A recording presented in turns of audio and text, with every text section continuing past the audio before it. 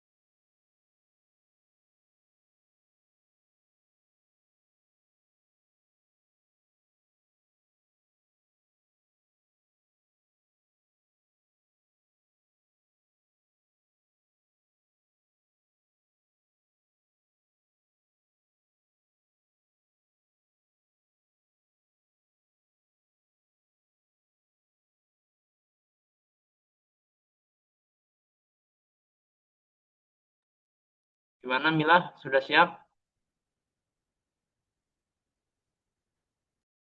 Bapak, maaf ya, Mila nggak bisa on cam, kameranya ngeblur. Enggak apa-apa, dimulai aja. Ya, baik, Pak.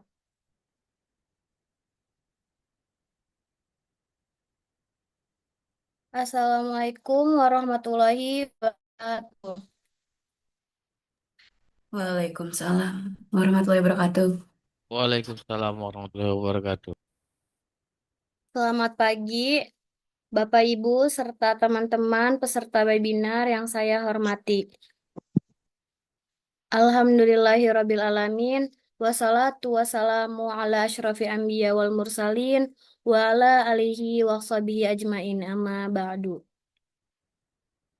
Yang terhormat kepada Ketua Pelaksana Justinus Pandapotan Simarmata, yang terhormat kepada Wakil Direktur 1 Universitas Pamulang Kampus Serang, Bapak Dr. Juhairi Eskom MM. Yang terhormat kepada Bapak Kaprodi Sistem Komputer, Bapak Asep Suryadi Eskom Mkom, yang terhormat kepada Pembina Himasikom, Bapak Rikil Amri SPD MPD. Dan yang terhormat kepada Bapak Ibu dosen yang tidak bisa saya sebutkan satu persatu tanpa mengurangi rasa hormat saya. Puji syukur kita panjatkan kehadirat Allah Subhanahu wa Ta'ala, karena atas limpah rahmat dan karunia-Nya kita dapat berkumpul dalam acara webinar kali ini dengan keadaan sehat walafiat. Salawat serta salam, marilah kita curah limpahkan kepada junjungan kita Nabi besar Muhammad Sallallahu Alaihi Allah Wasallam, salam. Salam. kepada keluarganya, sahabatnya, dan insya Allah kepada kita selaku umatnya hingga yaumil akhir. Amin ya Robbal Alamin. Sebelumnya, perkenalkan, nama saya Raudatul Milah. Saya di sini sebagai MC yang akan memandu jalannya acara pada hari ini. Izinkan saya membacakan susunan acara pada webinar ini. Yang pertama, pembukaan. Yang kedua, sambutan dari Ketua Pelaksana. Yang ketiga, sambutan dari pembina Himasikom. Yang ketiga, sambutan dari Bapak Kaprodi Sistem Komputer. Yang keempat, sesi dokumentasi. Dan yang terakhir yaitu penyampaian materi yang akan dipandu oleh moderator. Acara yang pertama yaitu pembukaan. Marilah kita bersama-sama mengucapkan basmalah. Bismillahirrahmanirrahim. Bismillahirrahmanirrahim. Selanjutnya, sambutan yang pertama yaitu dari Ketua Pelaksana kepada Justinus Pandapotan. Kami persilahkan. Assalamualaikum warahmatullahi wabarakatuh. Izinkan saya Wabarakatuh. mengenalkan diri terlebih dahulu. Nama saya Justinus Pandapotan Simarmata. Saya di sini sebagai Ketua Pelaksana. Yang terhormat kepada Bapak Wakil Direktur kita, Bapak Dr. Juhairi Eskom MM yang berhalang hadir. Dan yang terhormat juga kepada Bapak Kaprodi kita, Bapak Asep Suryadi Eskom Mkom. Dan yang terhormat kepada Pak Rikil Amri, SPD MPD sebagai selaku pembina Himasikom, dan yang terhormat juga kepada Bapak Ibu dosen yang tidak bisa saya sebut satu persatu tanpa mengurangi rasa hormat saya. Dan terima kasih kepada seluruh mahasiswa sistem komputer yang telah hadir di acara webinar ini. Semoga ilmu yang disampaikan di acara webinar ini menjadi ilmu yang bermanfaat bagi kita semua dan bisa saling sharing sesama mahasiswa. Mungkin itu saja yang saya dapat sampaikan. Kurang lebihnya mohon maaf. Wassalamualaikum warahmatullahi wabarakatuh. Waalaikumsalam. Waalaikumsalam warahmatullahi wabarakatuh. Sambutan yang terima kasih kami ucapkan kepada Panda atas sambutannya. Sambutan yang kedua yaitu dari Wakil Direktur 1 Universitas Pamulang, Kampus Serang, Bapak Dr. Juhairi Eskom MM yang berhalangan hadir. Selanjutnya, sambutan dari Pembina Himasikom kepada Bapak Rikil Amri SPD MPD, kami persilahkan. Assalamualaikum warahmatullahi wabarakatuh. Waalaikumsalam Waalaikumsalam warahmatullahi wabarakatuh. Alhamdulillahirabbil alamin wal aqibatu lil muttaqin wala udwana illa 'alal dzalimin. Asyhadu an la ilaha illallah wahdahu la syarikalah wa asyhadu anna Muhammadar abduhu wa rasuluhu la nabiyya ba'da. Allahumma shalli ala sayyidina Muhammadin wa ala alihi wa sahbihi ajmain. Amma ba'du. Yang terhormat Bapak Kaprodi Sistem Komputer, Bapak Asep Suryadi Eskom Mkom, dan yang saya hormati juga para pengurus Himasikom dalam hal ini yang sudah mengadakan webinar sampai series ke-7, dan semua mahasiswa sistem komputer yang tidak bisa Bapak sebutkan satu persatunya, tapi insya Allah tidak mengurangi rasa hormat Bapak. Yang pertama, Bapak mengucapkan banyak terima kasih kepada seluruh peserta yang sudah hadir sampai series ke-7 ini. Walaupun memang dari narasumber yang tadi disampaikan, setiap series itu berganti, tapi yang pasti ada narasumber dari internal, yaitu dari mahasiswa Universitas Pamulang, terutama Prodi Sistem Komputer. Dan Bapak harap yang sekarang hadir nanti besok-besok dan seri-seri selanjutnya akan menjadi narasumber ataupun bergantian dari mahasiswa lainnya. Dan yang keduanya, Bapak selalu mensupport sebagai pembina Himasikom seluruh kegiatan-kegiatan Hima, tentunya salah satunya hari ini yaitu webinar yang memang mengaktifkan kembali diskusi-diskusi antara mahasiswa dengan mahasiswa, tentunya mahasiswa Prodi Sistem Komputer. Jadi Bapak harap diskusi ini aktif, tidak hanya yang teman-teman cari sertifikat untuk KAK, poin KAK ya. Kalau untuk webinar bisa digunakan yang dilakukan oleh Himasikom untuk poin KAK. Tapi beda kalau sertifikat yang Prodi Sistem Komputer seperti seminar itu yang digunakan untuk syarat mengikuti skripsi. Jadi perbedaannya itu. Tapi kalau yang Prodi Sistem Komputer bisa untuk skripsi, bisa juga untuk poin KAK. Dan webinar bisa diunggah untuk poin KAK yang Bapak share di grup ketua kelas, maksimal nanti 100 poin ketika mengikuti sidang skripsi. Dan tentunya Bapak harap keaktifan teman-teman mengikuti kegiatan diskusi ini selalu bertanya. Apapun yang teman-teman tanyakan, diskusikan, silahkan. Di sini ruang diskusi, ruang dialektika, teman-teman hidupkan kembali. Jangan hanya yang tadi Bapak sampaikan, ikut webinar hanya yang dicari sertifikatnya saja. Itu mungkin teman-teman hanya dapatkan sertifikatnya, tapi ilmunya belum tentu. Dan sekarang sudah ada 2 narasumber yang memang mahasiswa sistem komputer. Tolong teman-teman disimak dan diperhatikan, apapun yang disampaikan, boleh diskusi, tanya jawab nanti dengan narasumbernya.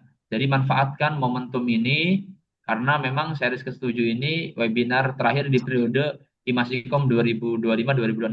Nanti setelah Mubes ada pergantian ketua, dan Bapak harap Hima juga ke depan setiap bulannya mengadakan webinar yang memang dilaksanakan seperti periode Hima saat ini. Mungkin itu yang bisa Bapak sampaikan, tetap semangat, dan kami sebagai pembina selalu mensupport kegiatan-kegiatan Hima dan kegiatan mahasiswa lainnya. Adapun teman-teman yang lainnya juga saling berbagi ilmu, nanti di kemudian hari akan merasakan jadi narasumber seperti yang kita lihat pada webinar hari ini. Itu saja yang mungkin bisa Bapak sampaikan. Akhirul kalam, billahi taufiq wal hidayah, wallahul muwaffiq ila aqwamit thoriq. Wassalamualaikum warahmatullahi wabarakatuh. Waalaikumsalam Waalaikumsalam warahmatullahi warahmatullahi wabarakatuh. wabarakatuh. Terima kasih kepada pembina Himasikom Bapak PDNPD atas sambutannya. Acara selanjutnya yaitu dari Keprodi Sistem Komputer Bapak Asep Suryadi Eskom Mkom, kami persilahkan. Baik, ya. Oke, tes. Oke. Bismillahirrahmanirrahim. Assalamualaikum warahmatullahi wabarakatuh. Waalaikumsalam warahmatullahi Warahmatullahi wabarakatuh. wabarakatuh. Yang kami hormati Wakil Direktur 1 yang kebetulan hari ini tidak bisa membersamai kita karena ada beberapa agenda yang memang tidak bisa ditinggalkan. Yang kami hormati Ketua Pembina eh, Himpunan Mahasiswa Sistem Komputer, Bapak Rikil Amri. Yang kami hormati seluruh pengurus Himasiskom ya yang sudah menyelenggarakan kegiatan webinar di hari ini dan juga yang kami hormati para narasumber yang dari eh, mahasiswa Prodi Sistem Komputer ada 2 untuk hari ini ya serta seluruh peserta webinar di hari ini ya. Ini merupakan kegiatan webinar seri ke-7 ya, yang dengan tema keamanan cyber ya, mengenal dan mengatasi ancaman dari virus ya. Nah, ini mohon untuk peserta ya untuk bisa mengikuti kegiatan agenda ini sampai selesai karena kita mungkin ada beberapa mungkin akan disampaikan yang belum tersampaikan oleh para dosen. Ini menjadi ilmu yang sangat bermanfaat untuk kalian dan juga wawasan untuk kalian semua ya. Dan di sini kita sifatnya bukan karena masih mahasiswa yang memberikan materi, bukan arti menggurui seluruh mahasiswa di sini, bukan. Tapi di sini saling berbagi wawasan, ya pengalaman yang sudah dimiliki oleh mahasiswa-mahasiswa yang memang berkompeten di bidang ini, ya. Jadi kalian jangan segan-segan untuk nanti bertanya nanti saat proses apa pertanyaan ya atau Q&A ya. Nah, acara hari ini ya kita bisa menumbuhkan eh, apa mahasiswa yang bisa berprestasi di bidang dunia keamanan ya karena di sini kita sesuai dengan profil lulusan kita yaitu perekayasa dan pengembang di jaringan komputer ya di sini. Jadi kalau nanti ada mahasiswa yang kiranya memang akan tugas akhirnya akan berfokus pada jaringan, ya ini bisa langsung dipetakan, masih bisa dibuat planningnya ya dan disiapkan juga nanti mungkin untuk semester 5 ya bisa langsung menyiapkan proposalnya untuk nanti akan diajukan di awal semester 7 karena kita nanti di semester untuk tahun ajaran ini ya. Nah, itu saya sudah membuat surat edaran terkait dengan pembukaan untuk kegiatan Prawa PS ya. Nah, ini mohon untuk semester 6 akhir dan juga semester 7-8 ya yang belum mengajukan segera bisa mengajukan ya terkait dengan persiapan tugas akhirnya ya. Sekali lagi saya ucapkan terima kasih untuk seluruh panitia yang sudah memberikan waktunya, yang sudah lelah, yang apa bisa eh, mengadakan kegiatan webinar yang bermanfaat ini, ya. Dan juga saya ucapkan juga terima kasih kepada para narasumber yang sudah hadir dan akan memberikan materinya. Mohon nanti juga bisa memberikan eh, semua kemampuan yang para narasumber miliki. Jadi bisa berbagi, bersharing semuanya di sini, bertukar ilmu dan sebagainya. Mungkin itu saja yang bisa saya sampaikan. Kurang lebihnya mohon maaf. Assalamualaikum warahmatullahi wabarakatuh. Waalaikumsalam Waalaikumsalam warahmatullahi wabarakatuh. warahmatullahi wabarakatuh. Terima kasih kami ucapkan kepada Kaprodi Sistem Komputer Bapak Asep Suryadi, Eskom Mkom atas sambutannya. Acara selanjutnya yaitu sesi dokumentasi kepada Menfokom kami persilahkan. Baik, kepada seluruh peserta webinar, mohon untuk diaktifkan kameranya.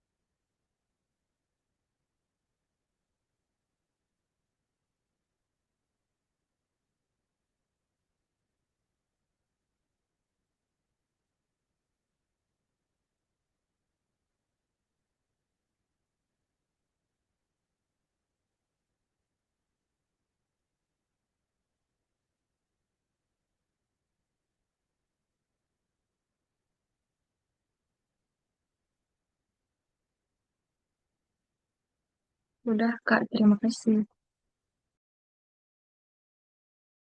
Terima kasih, Menkom. Acara selanjutnya itu acara inti. Penyampaian materi akan saya serahkan kepada moderator kita, Kak Reni. Baiklah, saya selaku MC pamit undur diri. Kurang dan lebihnya mohon maaf. Assalamualaikum warahmatullahi wabarakatuh. Waalaikumsalam warahmatullahi wabarakatuh. Terima kasih kepada Temila atas waktu dan layarnya. Assalamualaikum warahmatullahi wabarakatuh. Selamat pagi dan salam semangat untuk kita semua. Pertama-tama, saya ingin menyampaikan rasa syukur dan terima kasih yang sebesar-besarnya atas kehadiran teman-teman semua di acara webinar kita yang luar biasa ini. Sebelumnya, perkenalkan nama saya Reni, saya sebagai mahasiswa aktif semester 3. Alhamdulillah, saya diberi kehormatan menjadi moderator pada webinar series ke-7. Saya juga akan mendampingi teman-teman selama jalannya acara ini. Sebelum memulai, izinkan saya menyapa dan mengucapkan salam hormat kepada yang terhormat Bapak Dr. Johari Eskom MM yang berhalangan hadir, Bapak Asep Suryadi Eskom Mkom selaku Kaprodi Sistem Komputer, yang terhormat kepada Bapak Rikil Amri SPD MPD selaku Pembina Himasikom. Dan yang terhormat kepada Bapak Ibu dosen yang tidak bisa saya sebut satu persatu tanpa mengurangi rasa hormat saya. Tak lupa juga saya ucapkan selamat datang kepada seluruh peserta webinar yang saya banggakan. Hari ini kita akan menyelami sebuah topik yang sangat menarik, inspiratif, dan tentunya bermanfaat, yaitu keamanan cyber, mengenal dan mengatasi ancaman DDoS. Webinar ini akan terbagi ke dalam beberapa sesi. Sesi yang pertama yaitu pembukaan, sesi yang kedua penyampaian materi. Materi yang pertama akan disampaikan oleh Kak Kaisar Al-Qodar. Materi kedua akan disampaikan oleh Kak Muhammad Rizky Tamim. Sesi selanjutnya yaitu sesi tanya jawab, kemudian sesi yang terakhir yaitu sesi penutupan. Baik, menginjak sesi yang pertama yaitu pembukaan. Agar acara ini penuh keberkahan, marilah kita awali bersama-sama dengan membaca basmalah. Bismillahirrahmanirrahim. Bismillahirrahmanirrahim. Baik, tanpa berlama-lama lagi, mari kita sambut narasumber kita yang luar biasa dan sangat inspiratif. Kepada Kak Kaisar Al-Qodar, waktu dan layar kami persilahkan. Baik, baik. Ya, izin salam dulu. Assalamualaikum warahmatullahi wabarakatuh. Waalaikumsalam Waalaikumsalam warahmatullahi warahmatullahi wabarakatuh. wabarakatuh. Ya, mungkin masih banyak yang belum kenal, jadi kita perkenalan dulu sedikit. Ya, perkenalkan nama saya Kaisar Al-Qodar dari Prodi Sistem Komputer. Ya, semester 6. Ya, mungkin kalau kata ini mah masih semester bawah gitu. Nah, jadi izinkan saya perkenalkan diri. Saya berasal dari Ciruas. Nah, profil saya itu sebenarnya saya orang biasa. Cuman ya punya pengalaman aja 5 tahun gitu, lebih dari 5 tahun di networking gitu. Ya gini lah gitu, biasa aja. Hmm. Untuk pembahasan awal itu sesuai dengan tema keamanan cyber, mengenal dan mengatasi ancaman DDoS. DDoS itu apa sih? DDoS itu, ntar saya buka ini. DDoS itu Distribute Denial of Service. Jadi dia tuh kita ini, jadi dia tuh suatu program atau suatu teknik untuk membanjiri trafik. Biasanya rata-rata itu buat teknik Ya, kejahatan. coba blend Buat, aja kali ya. Soalnya fitur blend. hmm? Ada yang nanya tadi kenapa? Oh, nah kita lanjut ya.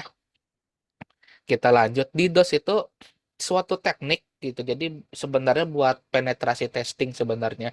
Tapi rata-rata itu penetrasinya bergeser gitu, bergeser menjadi teknik kejahatan. Untuk apa? Untuk menguji, tadinya tuh dibuat untuk menguji seberapa kuat server itu mampu menahan trafik yang banyak sekali.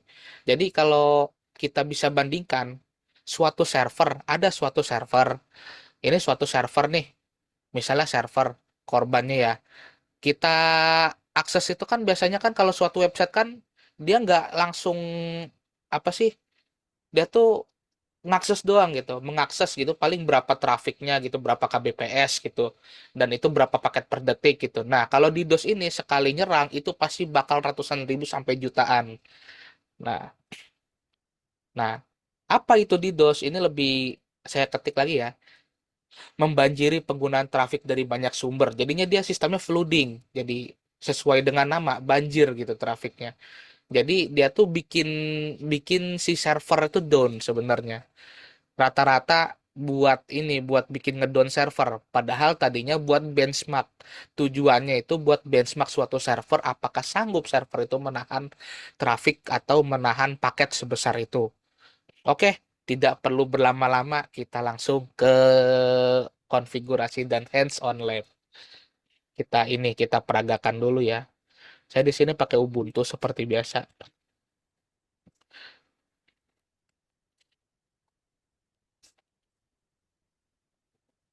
Nah, ini kita ada Mikrotik Router OS di sini. Kita pakai ini aja deh. Ini buat penahannya ya. Ini saya nyalakan dulu berarti yang sistem korban. Mohon maaf Kak, Kakak berbagi layar nggak ya? Oh iya, saya berbagi layar dulu ya kalau gitu ya. Iya, Waduh, dari tadi kayaknya belum. Layar entire layar. Nah, kelihatan? kelihatan Kak. Kelihatan. Oh iya, perkenalan tadi berarti mah cuman sound doang ya. Baru Ah, gambar maaf. Kakak aja Baru tadi. baru gambar doang ya. Ya udah, Hmm. ini doang sih paling mah. Mm-mm. Tidak perlu dibaca lebih lanjut karena saya orang biasa. Nah, kita ini dulu langsung masuk ke materi ya kita. Nah, ini kita konfigurasi dulu. Konfigurasi seperti biasa saya pakai Ubuntu. Ubuntu terus di sini ada mikrotik penahan. Saya buka lagi VirtualBox karena ada korban di sini. Jadi korbannya sebuah router lah. Jadi topologi simpelnya mah seperti ini. Ntar saya gambar dulu. Paint 3D mana Paint 3D. Nah, kita Paint 3D ini seperti ini topologinya.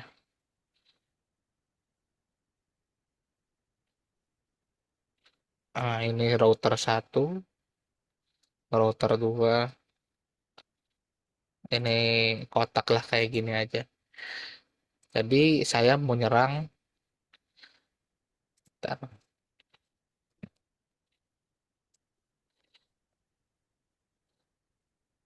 Di sini korban penangkal DDoS.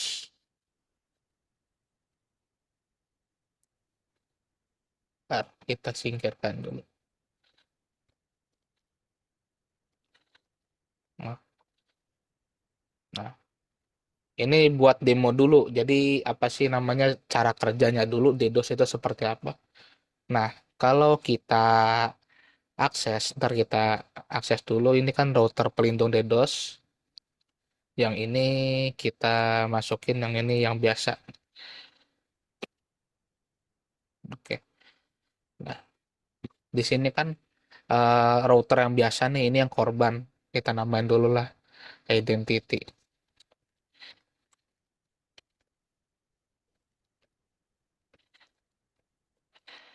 Korban. Udah. Ini namanya korban. Nanti kita lihat dulu IP-nya. Nah, ini IP-nya ini 202.12.1.4. Nah, kalau kita mengakses server tersebut, contoh 202.12.1.4, harus kita ini salah pencet. Kita enable dulu service port 80-nya nyala. 12.1.4. Kita ping dulu deh.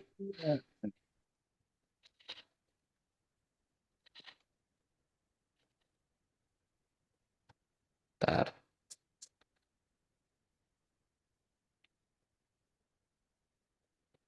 IP matnya nyala 12.1.4.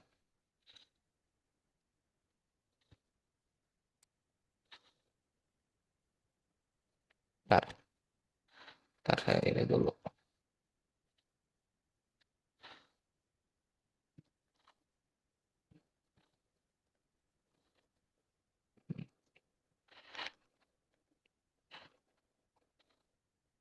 Coba saya ini dulu. Maaf guys, ada delay.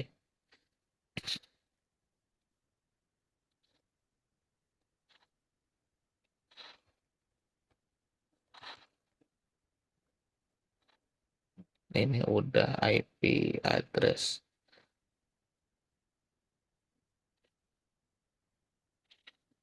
Oh alah, iya lupa saya.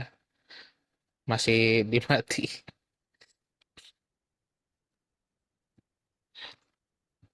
Ping.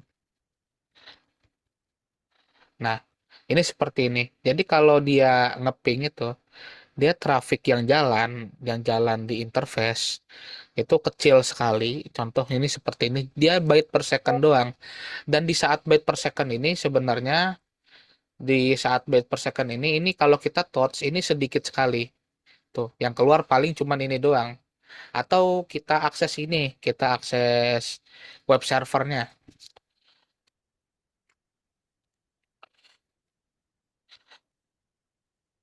Nah, contoh kita kita kayak gini, kita refresh terus.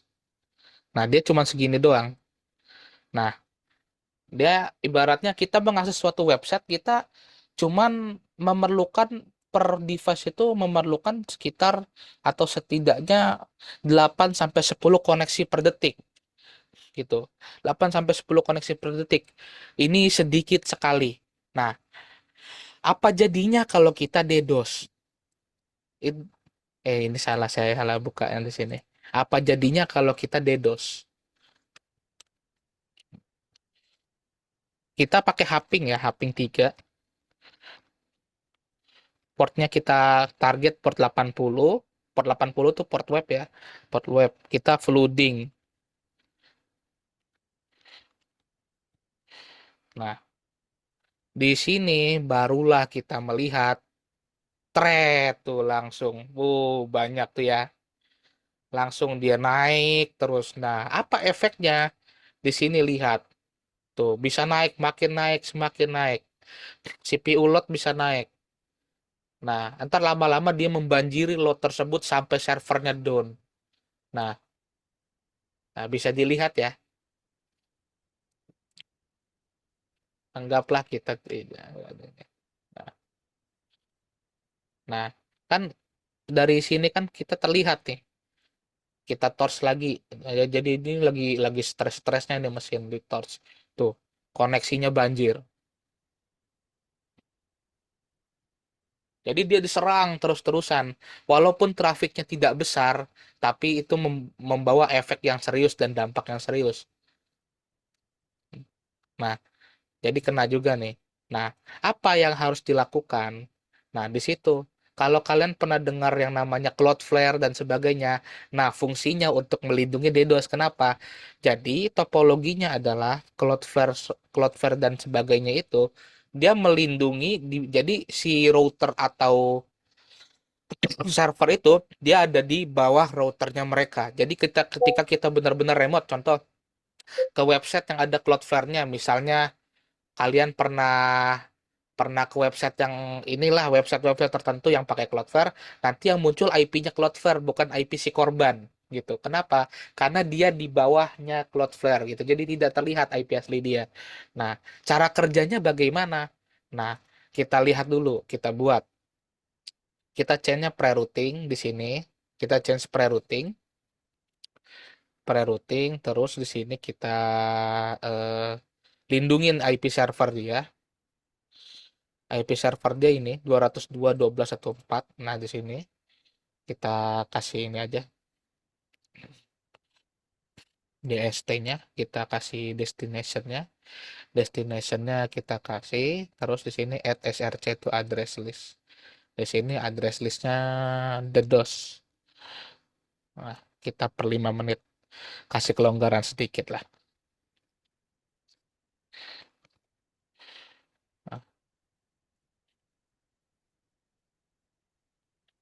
Nah, di sini dia jalan. Jalan. Alhasil apa? Dia kelihatan. Wah, DDoS-nya dari sini. Dari IP 192.122.120 alias IP-nya si server penyerang. Nah, kita di sini kita drop. Di sini kan lah, di sini lagi berjalan kan traffic berjalan. Resource-nya mau penuh 63%. Ini lagi di DDoS ya, lagi di flood. Nah, kita di sini kita kasih filter. Contoh, kita C-nya pre-routing di sini SRC-nya. SRC address list-nya DDoS action-nya drop. Nah, di sini dia langsung turun. Nah, turun kan? Apa yang terjadi ketika kita buka lagi torch? Nah, dia tidak ada yang muncul. Jadi di sini kita sudah berhasil menangani serangan DDoS tersebut. Begitu. Ya, mungkin itu saja sih, ini cuman demonya aja. Nanti kita bisa lanjut ke host berikutnya. Terima kasih. Ini sudah berhasil ini untuk DDoS-nya.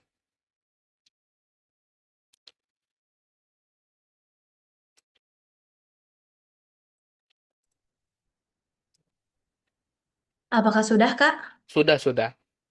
Berarti nanti untuk sesi pertanyaan ada di akhir ya. Betul. Kita Tidak lanjut apa-apa. ke pemateri kedua lagi. Jadi buat teman-teman yang ingin bertanya ke Kak Kaisar, boleh di kolom chat ya, nanti saya bacakan. Iya, siap.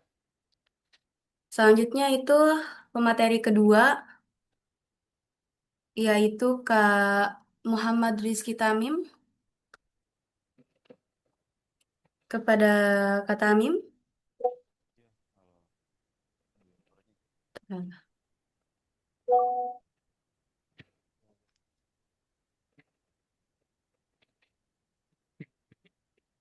Beliau ada.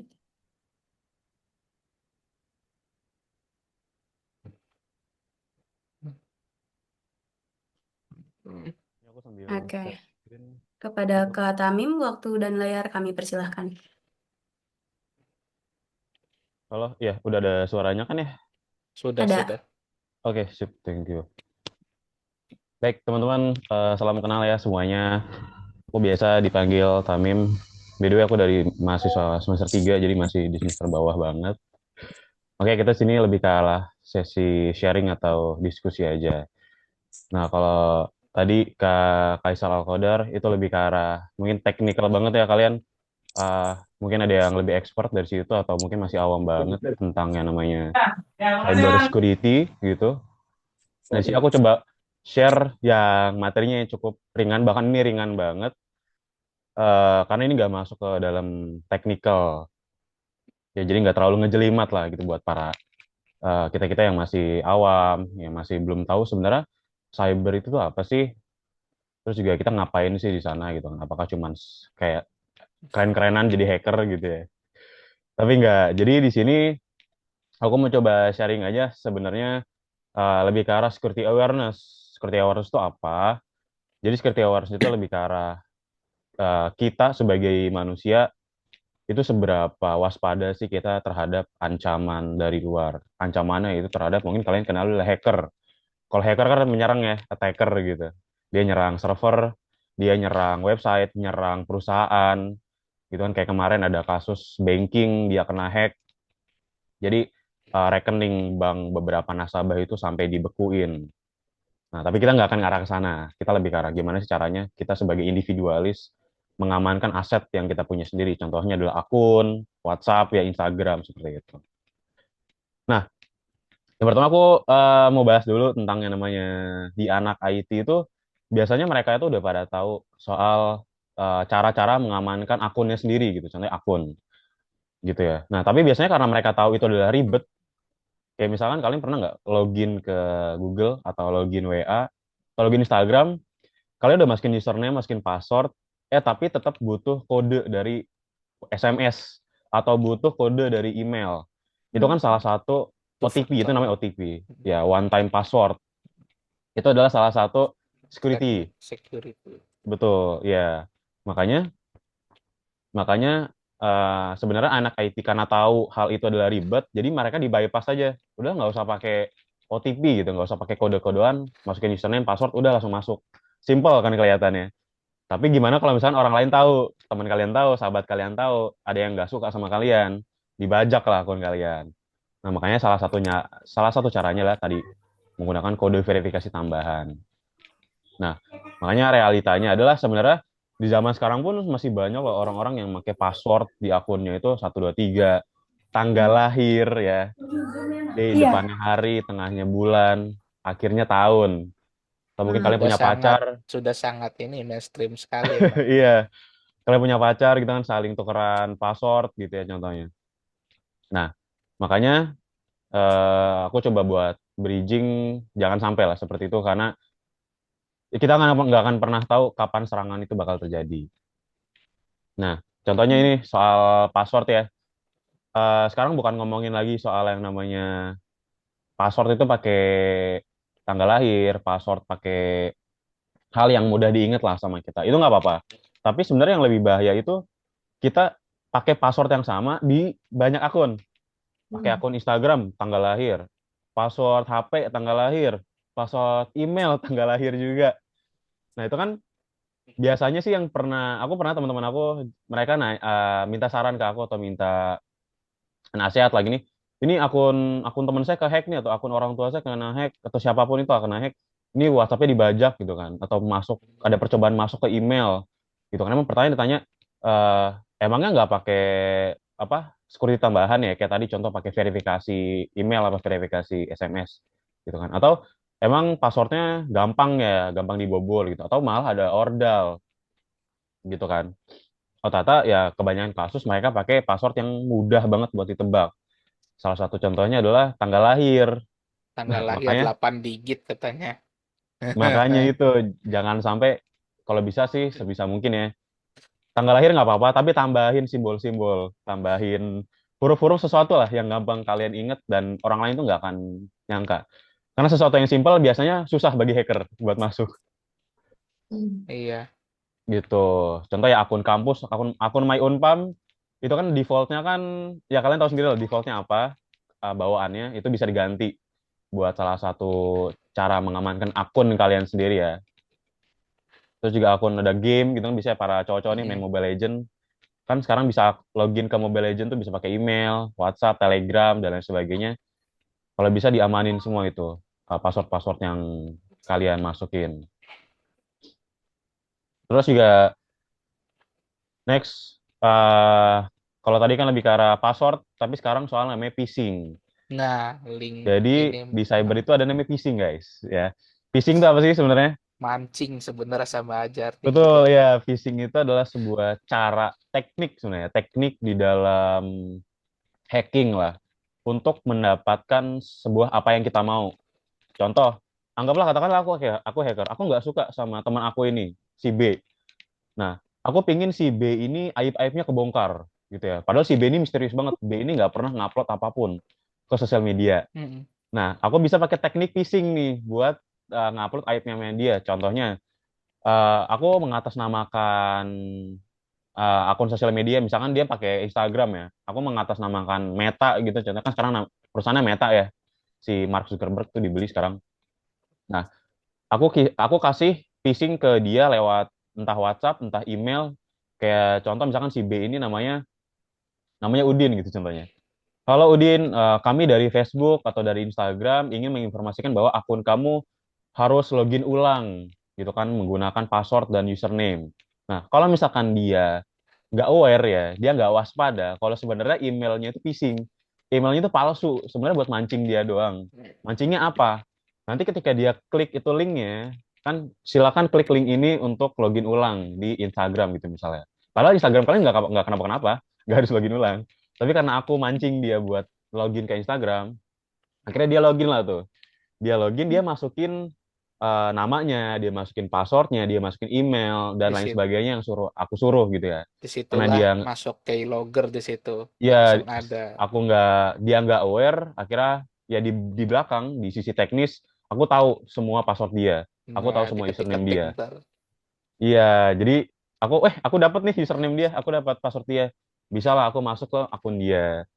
Setelah masuk, Betul. udah bisa aku obrak-abrik gitu Instagramnya, WhatsAppnya bahkan kalau misalkan emang bisa sampai level itu. Nah makanya ya judulnya maka bukan zaman minta pulsa lagi, tapi udah ngomongin era yang lebih modern ya. Biasa kita pakai Instagram gitu. Makanya terlebih apalagi nih buat anak-anak cowok ya yang biasanya lebih kreatif banget, jarinya tuh lebih apa hektik ya.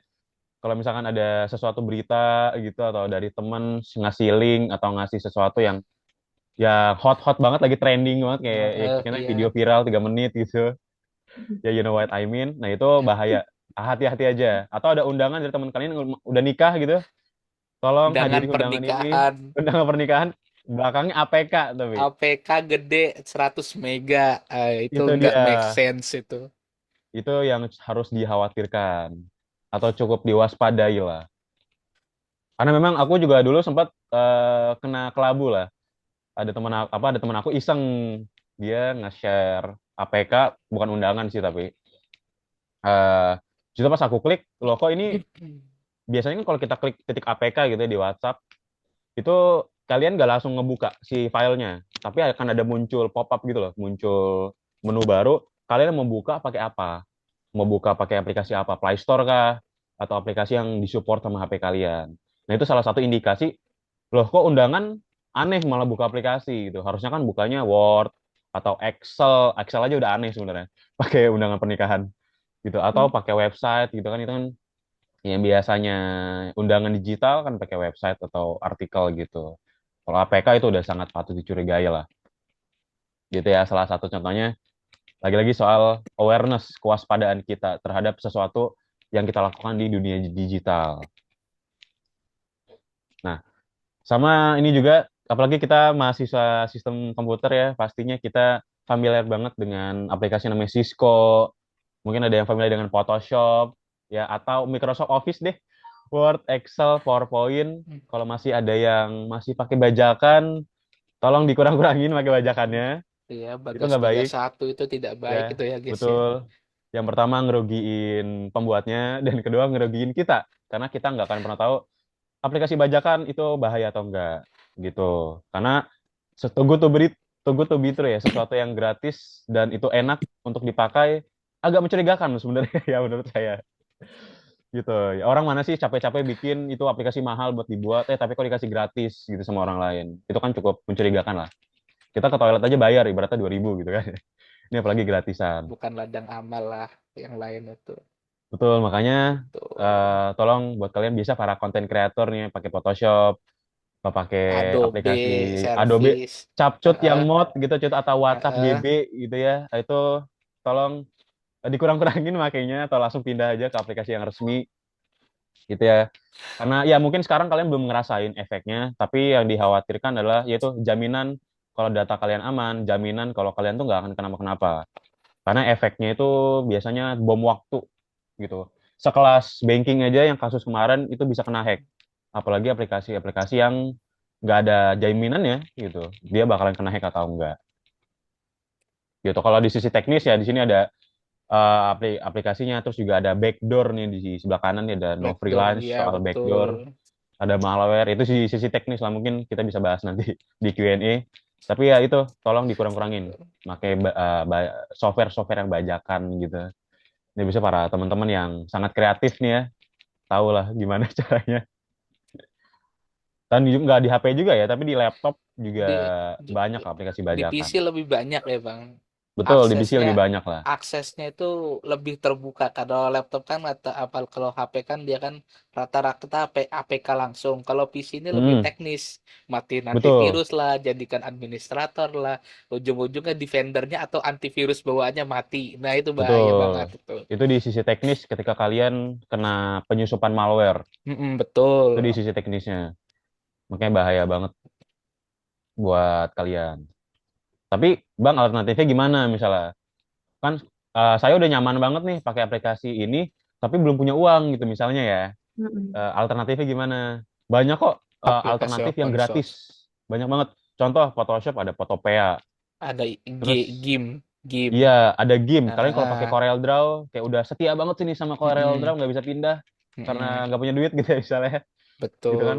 Nah, itu Terus bisa pakai kalau Photopea atau pakai lupa lagi game ya tadi, Glimpse. yang editor Bisa. juga dari Adobe bisa geser ke DaVinci Resolve juga bisa. Betul, yang suka ngedit video udah punya DaVinci. Atau kalau mau nonton iklan bentar mungkin pakai CapCut juga bisa, nggak apa-apa. Betul.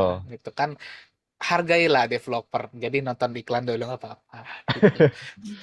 Gitu. Meskipun nggak tahu nanti ya ini bakal diterapin atau enggak, tapi at least kita udah sounding kalau tolong teman-teman dikurang-kurangin pakai aplikasi bajakan atau dicobain aja adaptasi dengan aplikasi-aplikasi yang open source yang gratis, beneran gratis ini, beneran gratis. Dan itu nggak bahaya. Itu teman-teman ya. Nah, ini next. Nah, tadi kan ngomongin aplikasi nih yang kita pakai. Sekarang ngomongin WiFi. Itu siapa di sini yang ke kafe? Pertama pertanyaan adalah, Mbak, WiFi-nya apa ya passwordnya? Siapa yang ngaku gitu. Nah, tapi nggak apa-apa guys. Karena ya di era zaman sekarang internet itu sangat berharga ya, apalagi sekarang kuota itu cuma 20-an hari, 1 bulan. Gitu, entah kenapa provider-provider WiFi sekarang, provider internet kebanyakan ngasihnya 20-an hari doang, nggak 30 hari ya. Kan sayang banget. Nah, tapi anyway, ngomongin soal internet, kita nggak akan pernah luput sama yang namanya WiFi. Ke kafe kita butuh WiFi, kita di rumah pakai WiFi, nonton YouTube, bahkan nonton webinar hari ini itu pakai WiFi, ada yang pakai WiFi di sini. Atau pakai kuota, biasa Sultan tuh yang pakai kuota, karena nyedotnya lumayan kencang kuotanya. Nah, kalian harus waspada sama yang namanya WiFi gratisan. Ya, lagi-lagi ngomongin gratisan. Sesuatu yang gratisan itu biasanya ya cukup mencurigakan. Ya, karena kalau udah ngomongin WiFi ya, wireless fidelity, WiFi kan pasti kita butuh internet. Salah satunya adalah WiFi. Yang gimana WiFi itu juga sebenarnya bisa nggak aman loh guys. Kenapa nggak aman gitu? Ini aku ngomongin spesifik soal WiFi yang gratis ya, WiFi yang nggak di password. Karena Betul. ya standar security di global ya, ini nggak ngomongin di Indonesia doang, di global itu standar WiFi itu harus di password. Ya di PPA technical, seminimalnya. ya di technical adalah nama teknik passwordnya ada AES256, ada WPA, ada WPA2, WPA ya. 3 Kalau Enterprise kalian dan pernah sebagainya. dengar kata-kata itu, nah itu bagian teknis di belakangnya. Tapi intinya adalah sebisa mungkin jangan pakai WiFi yang gratisan. Pakailah WiFi yang seenggaknya di password ya, atau meskipun passwordnya 1 sampai 8, tapi seenggaknya itu di Misalnya password. ada WiFi gratis tapi yang suruh login juga itu buat keamanan itu, karena kan Betul. kalau WiFi yang muncul tidak ada password tapi ada captcha login kan dia ada firewall buat ngeblokir aksesnya gitu. Jadi tidak benar-benar free. Iya. Jadi Betul. saya bisa mungkin pakai password yang pakai WiFi yang di password lah. Kenapa Bang gitu ya? Kenapa di password? Kenapa harus di password? Karena ya tadi balik ke standar keamanan di global ya. Biar nggak diakses orang yang tidak Iya. sah. Mungkin kalian kalau masih bingung kenapa sih harus pakai password yang kenapa harus pakai WiFi yang di password? Simpelnya gini, kalian kalau masuk ke WiFi, ini mungkin agak sedikit teknis ya. Kalian kalau masuk ke WiFi, kalian nyalain WiFi di HP atau di laptop, ada WiFi gitu kan namanya misalnya kafe A atau seseorang lah namanya gratis gitu. Pas kalian masuk connect, dapat WiFi gratis nih, bisa Facebook kan. bisa YouTube-an, bisa transaksi rekening bank, kalian transfer. Nah, fakta menariknya adalah kalau kalian ngelakuin itu, kalian login, kalian ngelakuin transaksi deh di bank, dari bank A ke bank B gitu ya, transfer ke teman dana gitu, contohnya ini para cowok-cowok gitu misalnya, itu yang punya wifi-nya bisa tahu loh kalian tuh ngakses dana, bisa tahu kalau kalian itu transaksi bank, itu bisa tahu banget, bisa tahu bahkan sampai level resepiennya kemana, sampai level si identitinya kemana, itu kalau di sisi teknis. Nah, makanya sebisa mungkin kalau pakai wifi gratis, itu hal-hal yang urgent aja. Contoh, kalian cuma chattingan sama temen, kayak, tolong jemput gua dong bro, atau tolong isin WA dong, buat, ini gue pakai wifi gratis nih, bahaya gitu. Itu nggak apa-apa. Kalau misalnya case-nya adalah urgent. Kalau kalian nggak urgent, dan itu kalian pakai wifi-nya buat hal-hal yang krusial, transaksi bank, kalian login WA, login Instagram, itu bahaya banget. Karena ya itu, kalian masukin password, masukin username, dan orang yang punya wifi itu bisa tahu kalian lagi ngapain. Nah, itulah kenapa, ya ini bukan nakut-nakutin ya, tapi emang di cyber itu kebanyakan nakut-nakutin gitu. Tapi nggak, tenang aja. Aku coba ngebawanya ini lebih lebih Lebih enjoy santai lah, dulu lah. lebih santai. Jadi biar kalian nggak takut lah. Tapi nggak apa-apa, pakai wifi umum nggak apa-apa, wifi gratis selama itu hal yang urgent gitu. Kalian ya kuota juga murah lah gitu. Jangan sampai pakai wifi yang gratis atau minta hotspot lah ke teman. Nah, terus ini sama satu lagi soal wifi atau soal internet lah. Ini bisa buat para cowok-cowok, lagi-lagi para cowok-cowok. Siapa sini yang sering pakai VPN? Gitu. Mungkin kalian pernah dengar VPN Kalau VPN kuota yang in izin bertanya Kak, tanya kalau Kak. kuota injek itu dari VPN-nya bahaya nggak buat pengguna? Oke, next Oh, question ya. ya, Nanti ya, mungkin next kita bahas question ya. ntar sedikit saya bahas ini, kalau yang ini menarik sebenarnya ntar saya bahas. Ya boleh, karena itu cukup Hmm. teknis sebenarnya Eh, kalau soal itu. Nah, sama satu lagi nih soal VPN, Virtual Private Network. Mungkin kalian yang para cowok ini sering pakai VPN, VPN yang ada kelincinya gitu kan, contohnya di HP. Siapa yang ngaku gitu kan. Nah, tapi kalian nggak tahu sebenarnya VPN itu apa sih gitu kan. Ya, intinya ya secara garis besar, gampangnya, VPN itu adalah salah satu cara mengamankan kita itu dari dunia digital. Kenapa? Karena ya dari kepanjangannya lah virtual private network. Jadi seolah-olah kalian tuh punya jaringan pribadi gitu di HP kalian atau di laptop kalian. Yang dimana contoh kalau misalnya kalian dihack gitu sama orang lain, tapi kalian pakai VPN, hacker ini nggak akan tak pernah tahu kalian pakai jaringan yang di mana gitu. Simpelnya seperti itu. Makanya namanya virtual, virtual private network untuk mengamankan jaringan sesungguhnya yang kalian pakai. Nah, tapi banyak yang menyalahgunakan. Biasanya para laki-laki, para cowok-cowok pakai VPN tuh untuk ngebuka situs-situs yang diblok ah, sama pemerintah, gitu kan. Kalau misalnya kalian pernah tahu internet positif, ya, atau mercusuar, dan lain sebagainya, nah, itu adalah upaya pemerintah untuk memblokir situs-situs yang sebenarnya nggak bagus untuk dikonsumsi, untuk diakses oleh para kita-kita ini, warga negara Indonesia, gitu. Makanya salah satu caranya adalah, salah satu cara kita melawan itu menggunakan VPN. Itu guys. Anyway, tapi bukan itu intinya. Aku mau ngomong semua VPN itu sebenarnya nggak semuanya aman. Kalian kalau misalnya mau pakai VPN, pilih-pilih lah. Jangan sembarangan pakai VPN, apalagi VPN yang betul. gratis. Lagi-lagi ngomongin gratis. Karena VPN gratis itu cukup mencurigakan sekali karena banyak kasus kok dari Play Store, dari Google atau dari Apple. Kalau misalnya kalian ngeh ya, pengguna di sini mungkin ada yang pengguna iPhone. Kalau misalnya kalian ketik VPN di Play Store, di App Store, itu pasti hasil yang muncul tuh beda dengan yang di Play Store. Di Play Store tuh lebih banyak VPN gratis dibanding di App Store. Karena kenapa?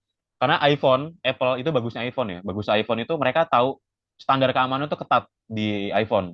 Aplikasi yang mau masuk, contohnya aplikasi VPN yang mau masuk ke App Store itu lebih ketat dibanding dengan di Google. Makanya kenapa di iPhone itu lebih secure lah, lebih jarang kita dengar isu-isu hacking lah. Gitu guys, itu kelebihannya. Namanya kalau misalnya butuh banget VPN ya, tolong pakai VPN yang trusted lah, yang kalau bisa berbayar sih, karena biasa trusted kalau yang berbayar. Jangan pakai gratisan lah guys, gitu. Murah kok VPN berlangganannya, gitu. Nah, Nah, next, ini nah ini nih sekarang yang dibahas tadi yang awal nih.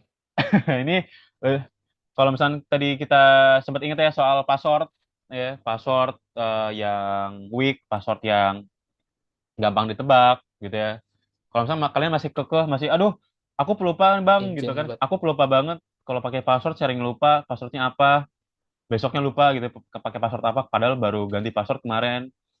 Sebenarnya ada cara alternatif ya, ada solusinya. Kalau kalian sering lupa, kalian nggak harus pakai password yang ribet, nggak harus pakai password yang panjang, susah diingat, itu nggak masalah.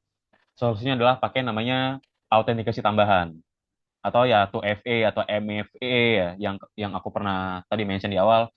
Kalian login ke Instagram harus pakai OTP ya, kode kode verifikasi, bisa 6 digit.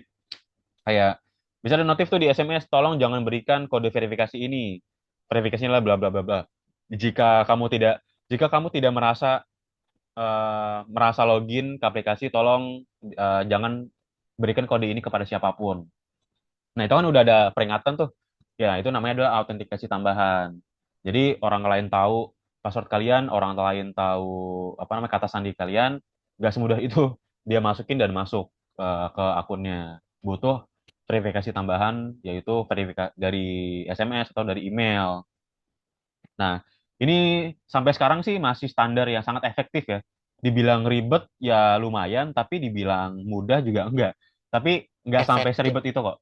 Ya, nggak sampai advance. Kalian harus ngotak-ngatik, harus jago ngoding, harus jago detek nil, nggak.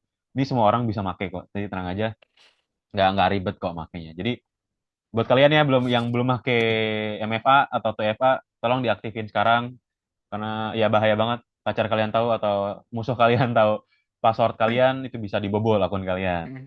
Nanti ujung-ujungnya bakal minta teman. Tolong dong nih akun aku kebobol Instagram, aku jadi nggak bisa login ke Instagram, makanya jadi repot.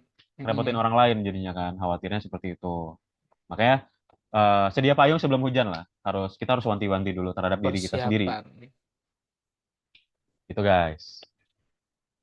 Nah, ini lebih ke arah ngomongin soal impact-nya atau efek atau dampak kalau misalkan kalian tadi nggak ngelakuin solusi-solusi yang sempat aku bilang. Nah, sini aku lebih ke arah comparison. Aku coba analogiin perbandingan yang namanya laptop hilang sama data hilang.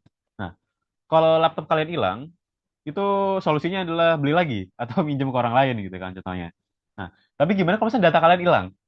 Kalau data kalian hilang, misalkan kalian lagi skripsian atau kalian lagi ngerjain tugas di Mentari, kan suka ada tuh yang kita harus tulis tangan ya di foto terus kirim ke Mentari atau di My Unpam lah. Kalian simpan data-data kalian di situ atau disimpan data-data kalian di laptop ya, atau dari WA download gitu kan, masuk datanya ke laptop. Nah, kalau misalkan data semuanya hilang, itu kalian pasti gak akan bisa ngapa-ngapain. Maksudnya adalah ketika data hilang kan, ya udah kita cuma bisa pasrah aja.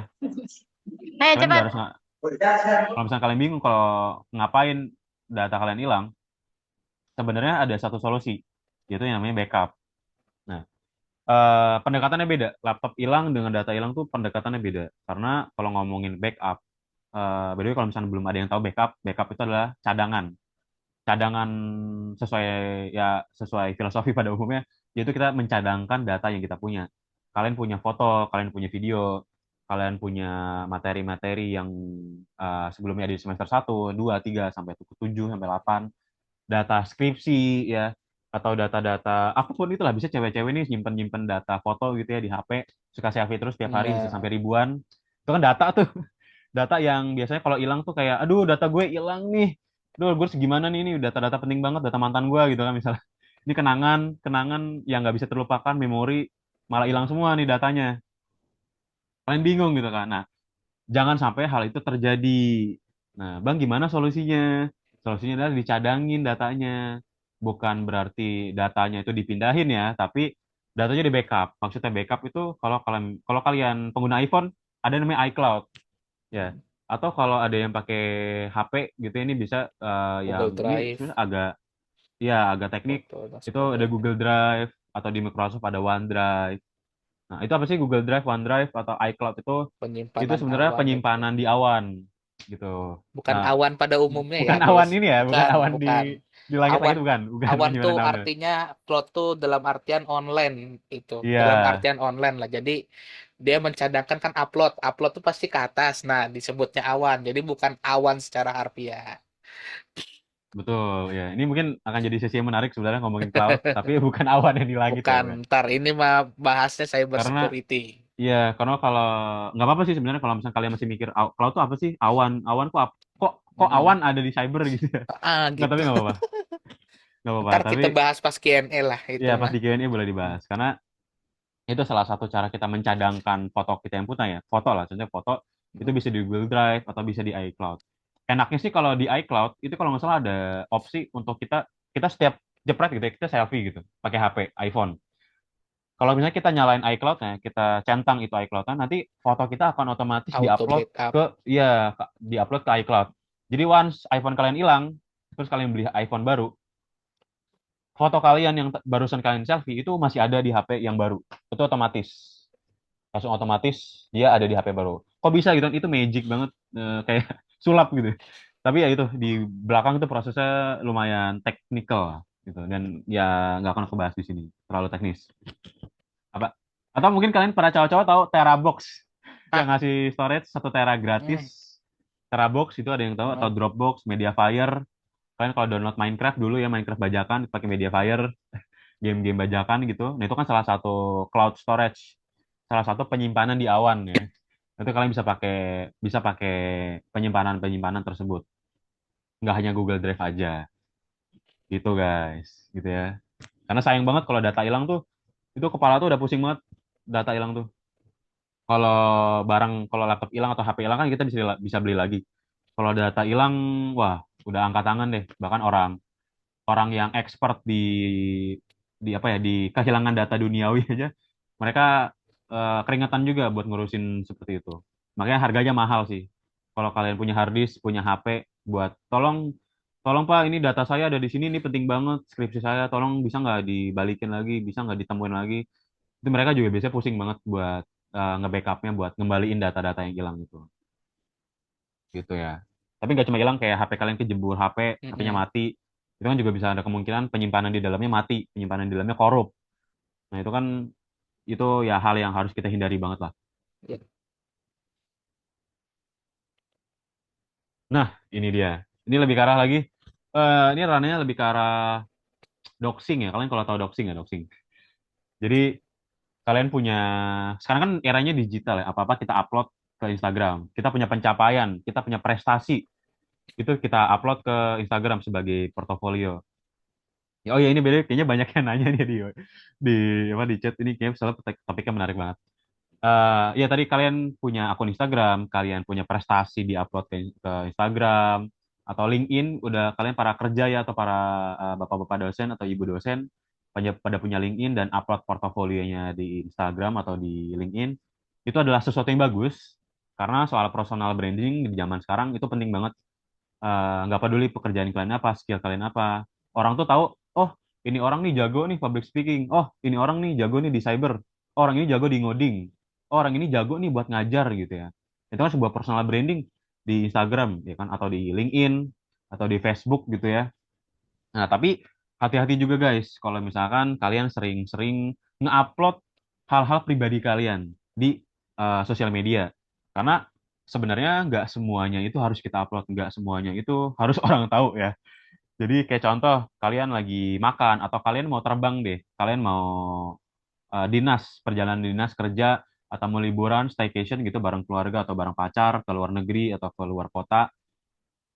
Itu kan kalau misalkan kalian naik pesawat kan ada paspor, ada kalau misalkan ke luar negeri ya, ada boarding pass ya apa yang dicetak. Misalnya kalian kayak foto kayak apa liburan dulu cuy gitu kan kayak mau sombong ke teman-teman gitu ya tapi hati-hati karena di situ ada informasi kalian terbang kemana kalian pakai jet apa jam berapa pakai pesawat apa kalau misalkan ada orang yang nggak suka sama kalian itu kalian bisa di doxing kalian bisa di apa ya bisa dimata-matain lah sama orang yang nggak yang nggak suka kalian gitu makanya sebetulnya doxing atau ya kalian bisa diancam, bisa di blackmail dan sebagainya. Makanya hati-hati banget segala sesuatu hal pribadi kita diupload ke sosmed itu sesuatu yang harus kalian waspadai lah. Nggak apa-apa diupload, tapi coba dicek 2 kali deh. Ada nggak sih sesuatu yang sensitif kayak apa namanya, kalian habis lulus dari kuliahan gitu kan, kalian upload sesuatu, kayak ini IPK aku 4 loh guys gitu kan. Kalian tunjukin nilai kalian atau apapun itulah hal yang pribadi dari diri kalian. Coba dicek ulang, hati-hati, takutnya ada informasi yang sangat sensitif malah diupload ke sosmed, itu bisa bahaya banget gitu. Itu di sisi cybernya itu kan bahaya tuh, bisa kalian bisa kena yang namanya social engineering lah. Kalau misalnya pernah ada yang nonton film namanya Who I Am atau Who Am I ya kalau nggak salah, itu film hacking, itu keren banget. Kalian bisa tonton itu filmnya, itu film tentang hacking. Itu intinya tentang social engineering. Ada satu hacker ini pingin ngambil kartu kredit seseorang. Gimana cara ngambil kartu kreditnya gitu kan? Bahkan tanpa menyentuh. Nah, dia tuh cari caranya dari sosial media, dari teman-teman terdekatnya. Atau kalian pernah dengar cerita ini nggak? Jadi ada hacker atau ada seseorang lah. Dia dia tuh lapar, dia tuh pingin makan sesuatu di restoran. Contoh restoran donat. Nah, tapi dia tuh pingin nggak bayar buat beli si donatnya. Nah, eh, cara dia tuh pinter. Cara dia tuh adalah dia ngelihat orang mana yang ngebuang struk beli donat ke tong sampah. Nah, dari situ dia ambil struk yang dibuang itu, terus dia masuk ke restorannya, dia protes ke kasirnya, Mbak, ini saya udah nunggu lama nih, kok nggak dapat dapat donatnya? Padahal itu bukan struk dia, itu struk orang lain. Tolong dong, ini saya udah lama banget nih nggak dikasih kasih donatnya gitu. Ini udah dari jam berapa gitu kan. Nah, secara harfiah kan pasti kasirnya bingung loh. Kayaknya bapak ini belum beli deh. Kayaknya saya nggak ngelayanin bapak ini deh di awal. Kok tiba-tiba minta donatnya? Kok tiba-tiba punya stroke gitu kan. Tapi berhubung suasana donatnya itu rame banget dan juga pokoknya lagi ngantri padet banget dan nggak mau ada keributan, akhirnya mau nggak mau si kasir ini ngasih lah donatnya. Padahal itu bukan donatnya dia, padahal itu stroke yang udah dipakai, udah dibuang. Nah, itu adalah salah satu cara social engineering di dunia nyata. Nah, social engineering itu nggak cuma di dunia nyata, tapi di dunia maya juga. Salah satu contohnya adalah dari sosial media. Kalian di trace lah. Contohnya ada orang A ini dicecer lah, dicari nomornya berapa, orang tuanya siapa, tinggalnya di mana, dia sekolah di mana, di kampus mana, gitu kan. Terus juga teman-temannya siapa, teman dekatnya siapa. Nah, itu adalah salah satu social engineering. Dicari sedetail-detailnya tentang informasi pribadi dia. Dari situ bisalah kita bisa ya masuk ke dalam teknik hackingnya. Eh, kita coba bobol Instagramnya karena kita udah tahu nih passwordnya apa, username-nya apa. Kan bisa jadi kita pakai password yang pakai tanggal lahir. Ya udah kita masukin aja tanggal lahir dia. Orang kita udah tahu tanggal lahirnya gitu kan dengan cara social engineering tadi. Nah, itu makanya kita coba coba buat waspada lah sama yang namanya jejak digital yang kita lakuin di dunia maya. Gitu. Sesimpel kita komen ya, kita komen negatif di sosial media itu tolong dikurang-kurangin seperti itu karena di dunia pekerjaan kita nggak akan pernah tahu kita akan bekerja dengan siapa nanti ke depannya. Karena khawatir kalau misalnya kalian, ya salah satu contohnya lah kalian mengelamar kerja ya. Kalau ngelamar kerja sekarang itu ada yang namanya background story ya, background checking kalau nggak salah, background checking. Jadi HRD ini akan ngecek sosial media kalian.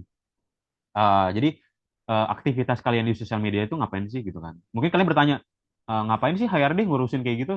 Karena sekarang itu ya itu lagi-lagi zamannya digital, bukan zamannya door to door lagi, bukan zamannya kita ketemu langsung. Ya kayak contoh sekarang kita webinar aja pakai laptop, pakai HP udah kita bisa ngobrol gitu ya. Nah, makanya HRD itu ngecek ini orang kalau di sosial media sering ngehina nggak sih? Sering komentar negatif nggak ke seseorang atau ke organisasi atau ke sebuah sebuah peristiwa lah gitu kan, malah dijudge. Nah, khawatirnya adalah impact-nya ke perusahaan. Kalau perusahaannya lagi jelek, misalnya reputasi perusahaannya lagi jelek, terus kalian sebagai anonymous atau pakai akun pribadi kalian ngejelek-jelekin perusahaannya gitu kan, itu kan bisa menjadi nilai negatif di mata orang lain bahkan di mata HRD. Nah, makanya tolong dikurang-kurangin lah soal berkomen negatif gitu salah satu. Karena itu bisa jadi jejak digital yang jelek. Karena nanti efeknya ke kalian sendiri, nggak sekarang, tapi di lain waktu nanti mungkin akan ada suatu saatnya akan merasakan hal dari negatif yang kalian lakukan gitu. Nah, ini di sesi terakhir kita yaitu soal kesimpulan ya. Jadi dari yang aku soal bahas tadi ada 4 poin sebenarnya yang aku mau tekanin. Soal yang mana yang namanya password. Kalau bisa sih jangan pakai password yang gampang. Atau nggak apa-apa pakai password yang gampang, Tapi tiap akun beda-beda. Yang pertama bulan lahir, yang kedua tahun lahir, yang ketiga tanggal lahir gitu ya. Itu nggak apa-apa lah. Bisa kalian coba. Atau kalau misalkan, aduh aku pelupa nih gitu kan, udah ganti password tapi besoknya lupa lagi.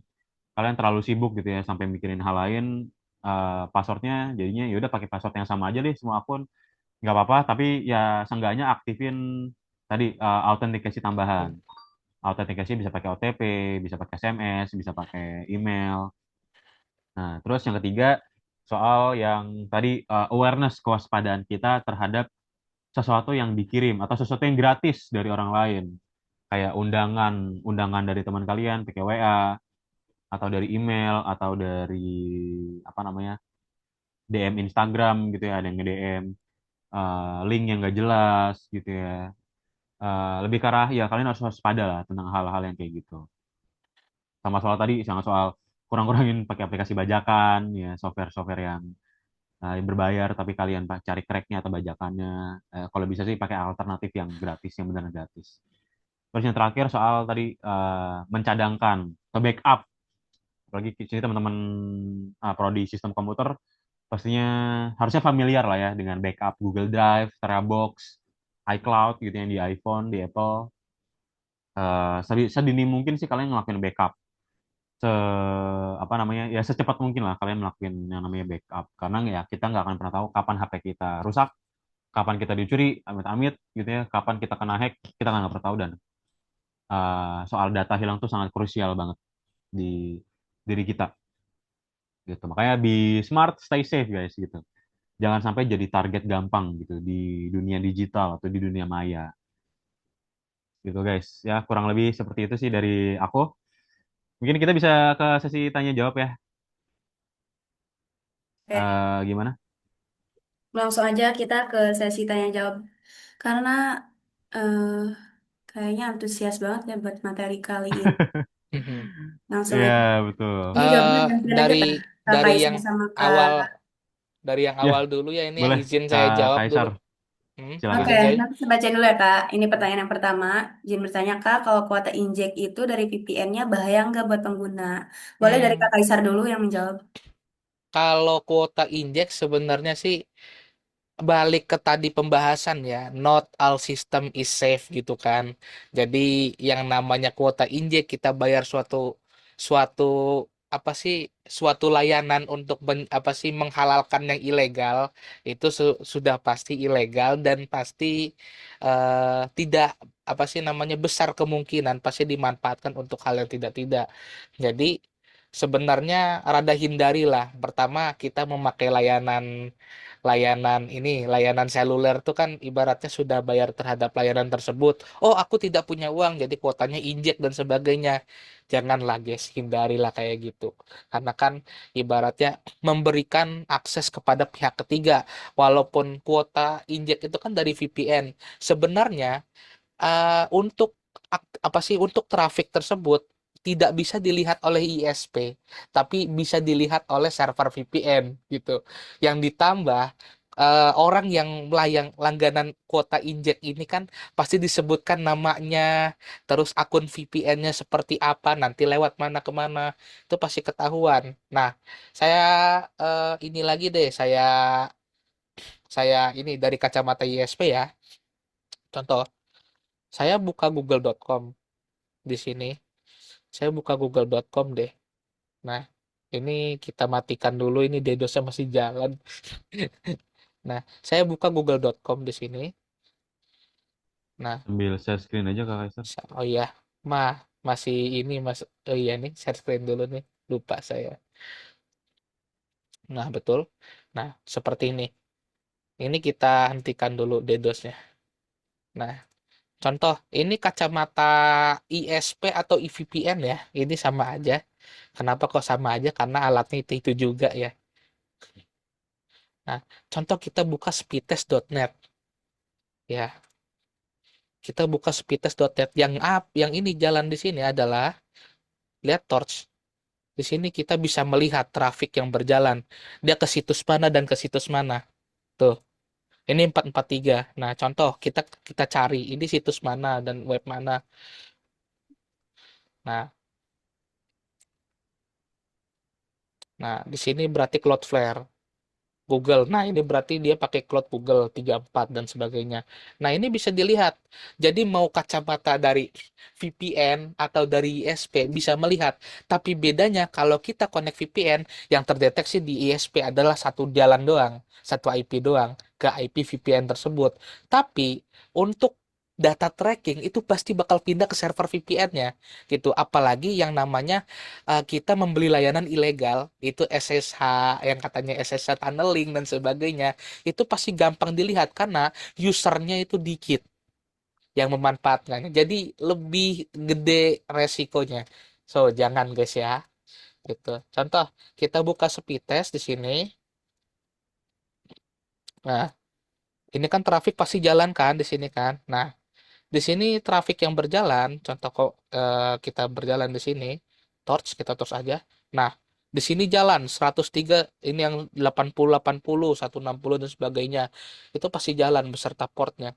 Nah, jadi yang bisa dilihat adalah dari site A, dari pengguna ke website tujuan atau IP tujuan. Begitu. Nah, kita baca pertanyaan lagi. Dari selanjutnya, coba.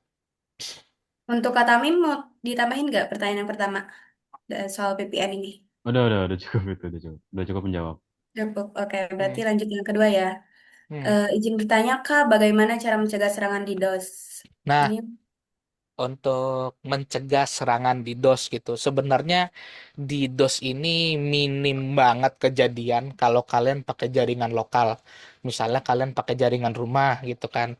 Yang dimana jaringan rumah ini sudah beda IP-nya. Jadi dia IP-nya IP lokal, bukan IP publik. Apa itu IP publik? IP publik itu adalah IP yang beneran terekspos oleh routing luar gitu. Contoh, ketika kita kita akses ini, kita mengakses IP publiknya mereka. Ini IPv6 ya. Ini sebagai contoh IPv6. Nah, ini kita bisa mengakses IP publiknya mereka gitu. Contoh kita buka Facebook dan sebagainya. Ini IP publiknya mereka yang diakses. Ya, gitu. Jadi untuk website-website atau server-server yang memiliki IP publik yang emang servernya ini khusus untuk publik ya, publik, misalnya server e-learning dan sebagainya, itu rentan banget yang namanya DDoS gitu. Rentan banget kena DDoS. Kenapa? Karena ketika mesin dipasang IP publik, IP-nya beneran publik ya, itu pasti langsung terekspos oleh dunia luar dan emang ada orang-orang yang nyoba aja coba pentest dijeblos langsung DDoS. Atau ada yang ini yang iseng, waduh saya nggak suka sama dosen A misal, langsung di DDoS e-learningnya jebret load gitu. Itu bisa juga kejadian gitu. Hal yang patut di patut di apa sih namanya dilakukan ketika menemui kasus seperti itu. Kalau emang tidak pikir panjang, saya tidak promosi ya di sini ya, pakai jasa anti DDoS seperti Cloudflare. Nah, Cloudflare misalnya, Cloudflare di sini, nah ntar jangan out of the center lah, kita hapus dulu. Nah, jadi jasa Cloudflare ini, jadi sistemnya sama aja, dia menggunakan routernya si Cloudflare untuk meng-hide atau menghilangkan IP kita. Jadi IP publik kita nggak kedetek. Yang kita misalnya manggil web ini e-learning misalnya Mentari gitu kan, Mentari kan, e-learning Mentari Unpam gitu. Nanti yang terdeteksi adalah IP Cloudflare, bukan IP publiknya Unpam gitu. Jadi ketika mereka serang, yang mereka serang tuh Cloudflare-nya gitu. Atau kalau misalnya kita punya NOC yang bergerak di bidang networking atau yang pernah megang cyber security, NOC-nya bisa tuh technical IT support-nya itu bisa mengarahkan sendiri membuat sistem anti DDoS sendiri. Begitu. Ya, oke. Kak Tamim mau nambahin nggak? Iya itu udah solusinya itu udah benar. mm-mm. Oke, lanjut ya kita ke pertanyaan berikutnya. Kak, izin bertanya, gimana caranya mengatasi WA yang kena hack? Langkah apa sih yang harus kita lakukan supaya bisa merebut hak kita Hmm, kembali? Di daerah uh, saya, kebetulan lagi marak banget dengan isu seperti itu dengan mm-mm, alibi ngirim link surat undangan digital. mm-mm. Terima Ya, kasih. ini seperti yang dibahas tadi ya. Itu pertama, kalau sudah begini rada sulit. Kita harus minta minta dan sabar dulu, langsung minta ke pihak Meta, karena kan ini merupakan tanggung jawab dari Meta kan. Nah, jadi kita harus sabar dan meminta. Cuman seperti yang dibilang tadi, mencegah itu lebih baik daripada mengobati. Kedepannya kalau misalnya ada case seperti ini, jangan pernah ketipu gitu. Karena kan sudah mengalami nih, jadi udah kegambar nih efeknya seperti apa. Jadi harus lebih aware. Kenapa? Karena sudah mengalami. Wah, efeknya seperti ini, saya nggak mau ngeklik lagi lah, harus hati-hati. Nah, jadikan pelajaran. Kenapa? Karena mengobatinya lebih susah. minta ke minta ke Meta 1 kali 24 jam, 3 kali 24 jam, 7 kali 24 jam, kadang belum dibalas, kadang belum jadi gitu. Kita harus ngapus dulu, itu capeknya minta ampun. Jadi kedepannya kita harus aware gitu. Nah, balik ke Mas ya yang tadi dibahas lah, itu sama itu. Jadi intinya mencegah lebih baik daripada mengobati. Terima kasih. Ya, menambahin kata Mim. Udah cukup. Lanjut ke pertanyaan berikutnya. Ini yang pertanyaan Cukup. dari Ucup, mau dibahas lagi nggak Kak, Kakak Isa? Boleh boleh dibahas lagi mungkin biar biar lebih jelas deh. Ini kan Saya saya bacain bah. dulu ya. Mm, Saya bacain dulu Kak. mm, Setahu saya, Internet Service Provider atau ISP nggak bisa deh ngelihat transaksi bank ataupun yang tadi mm, dibahas. Dan mm. saya ingin bertanya, ketika ISP menyediakan proteksi DDoS berbayar, apakah itu bentuk layanan atau justru bayar supaya kami lindungi dari banjir yang sebenarnya bisa kami tangani dari awal? Silakan Kakak Betul. Isa. eh Kalau seperti yang saya bilang tadi ya, yang ngomong tentang DDoS yang di awal gitu kan, DDoS dan sebagainya, inject VPN dan sebagainya, itu sebenarnya pihak provider tidak bisa melihat isi di dalamnya. Contoh kayak dia buka halaman apa sih gitu. Enggak, dia cuma bisa ngeliat IP-nya doang dari IP A ke IP B. Di situ ada source address dan destination address, ada SRC dan DST. Di situ pasti akan kelihatan. Yang kelihatan cuma IP-nya, tapi masalah dia uh, buka website apa aja tidak ketahuan gitu. Kecuali hacker tersebut sengaja. Contoh gini, misalnya kita buka ini deh, kita buka contoh lah Nmap di sinilah. Nmap ini buat ngelacak port ya. Nmap ini buat ngelacak port, kita buka ke Intense Scan, nggak usah Intense Scan yang ini, Intense Scan aja lah biasa. Kita ke 103.927.131 misal. Kita scan dulu. Dan dia bakal kelihatan nanti ngelihat backdoor dalam tanda kutip pintu belakang yang dia buka gitu. Nah, tuh discover open port 3389 dan sebagainya. Ini namanya backdoor, guys. Ini cara hacker melihat sistemmu yang kebuka gitu. Ini berlaku di semua ya, kayak misalnya wifi umum dan sebagainya gitu. Misalnya wifi umum yang tidak password, tidak ada autentikasi, pasti dia bakal bisa ngakses. Sengaja saya lihat semuanya tak tak tak tak tak tak, satu-satu thread kelihatan. Oh, kebuka nih kata mereka. Ya udah langsung kelihatan. Itu cara hacker melihat gitu. Balik lagi, nggak bisa ngelihat transaksi bank, betul. Tapi kalau emang hacker itu sengaja gitu kan, hacker itu sengaja nanti bisa melihat tuh. Nah, IP tersebut nanti backdoornya kemana gitu. Jadi apa yang sudah dibuka di sistemnya gitu kan. Pastikan apalagi HP-HP yang sudah root itu kelihatan gitu. Nanti kebuka semua tuh portnya. Kan kayak gini nih. Discover open port 8181, 8291 Winbox ya 4321 dan sebagainya. Ini kelihatan. 3389 ini port RDP dan sebagainya itu kelihatan. Jadi bakal bisa dilihat. Dan saya ingin bertanya ketika ISW menyediakan proteksi DDoS berbayar, betul?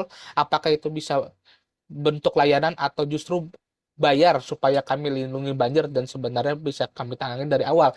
Sebenarnya bisa ditangani dari awal, cuman kalau emang Anda belum ada waktu untuk belajar, Anda bisa konsultasikan kepada pihak ISP atau kami sarankan pakai third party anti DDoS seperti Cloudflare dan sebagainya gitu. Jadi pihak provider ini sebenarnya beberapa ada yang menyediakan anti DDoS gitu. Jadi contoh kita langganan internet sudah sama IP publiknya, internet dedicated atau internet bisnis. Nah, kita mau mengonlinekan server kita di rumah. Contoh, kita mau mengonlinekan server NAS. Jadi kita bikin cloud service sendiri nih. Itu bisa. Nanti gimana caranya saya biar nggak keserang nih server cloud saya. Ya udah nanti diobrolkan dengan ISP.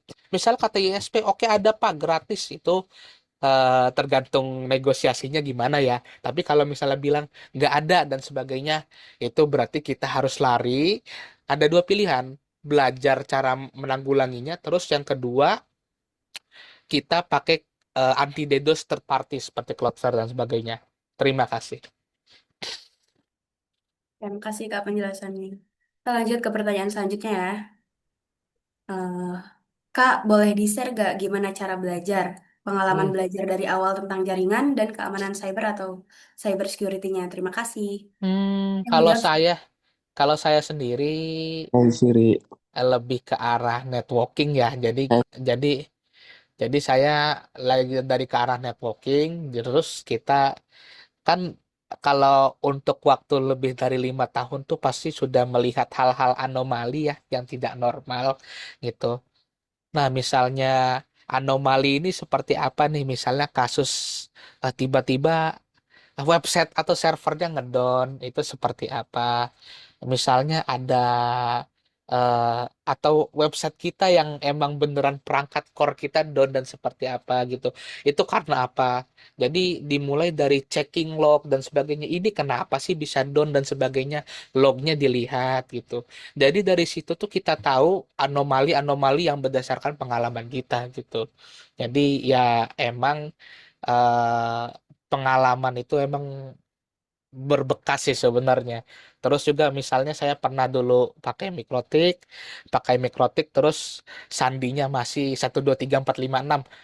Oke lah, admin password 123 456. Itu kalau lokal nggak apa-apa karena buat testing. Salahnya saya dulu 5 tahun yang lalu itu buat testing tapi tak kasih IP publik. Saya tinggal ke tandas sebentar, kamar mandi sebentar, itu langsung berubah aksesnya jadi read only user saya dan ada user baru. Disitulah saya sadar, wah ini mikrotik nggak bisa direset. Waduh, udah beli 3 juta lagi.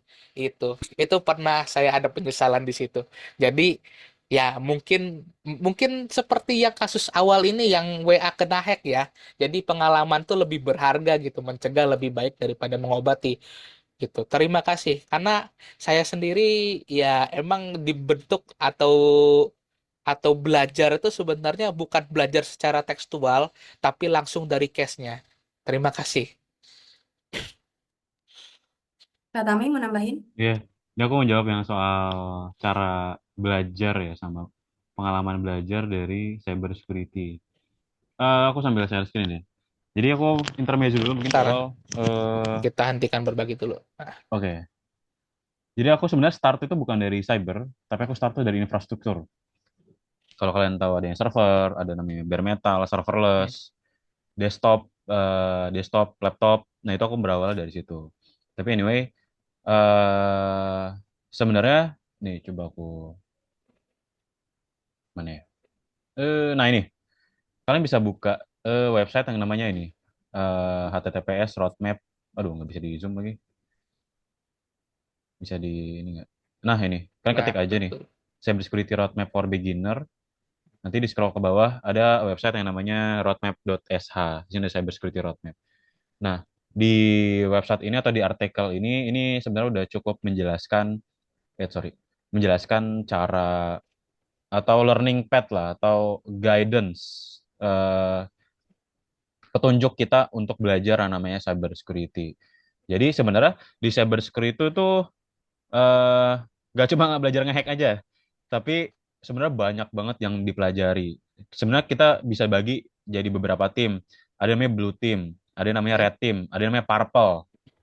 Nah, kalau aku itu spesifik di blue team. Jadi aku mengamankan sebuah sistem. Ada tuh red team. Red team tuh bagian ngehack, bagian Tuh, penetration testing, pakai pen pakai tester. DDoS. Iya, pakai web application firewall, solusinya di cyber. Ya dimasukin Trojan, backdoor dan sebagainya itu di red team. Kalau aku di blue teamnya. Tapi di cyber security, yang pertama kalian harus belajar fundamentalnya dulu. Fundamental itu apa di security? Pastinya di IT-nya. Kalian harus tahu dulu nih hardware dalam sebuah komputer. Setelah itu ngomongin soal connection. Ada namanya OSI layer. terus juga harus tahu basic dari jaringan. Nggak harus jago ya, nggak harus sejago Bang Kaisar, tapi seenggaknya kalian tahu lah Wah, itu basic-basic nggak dari jago networking. saya mah.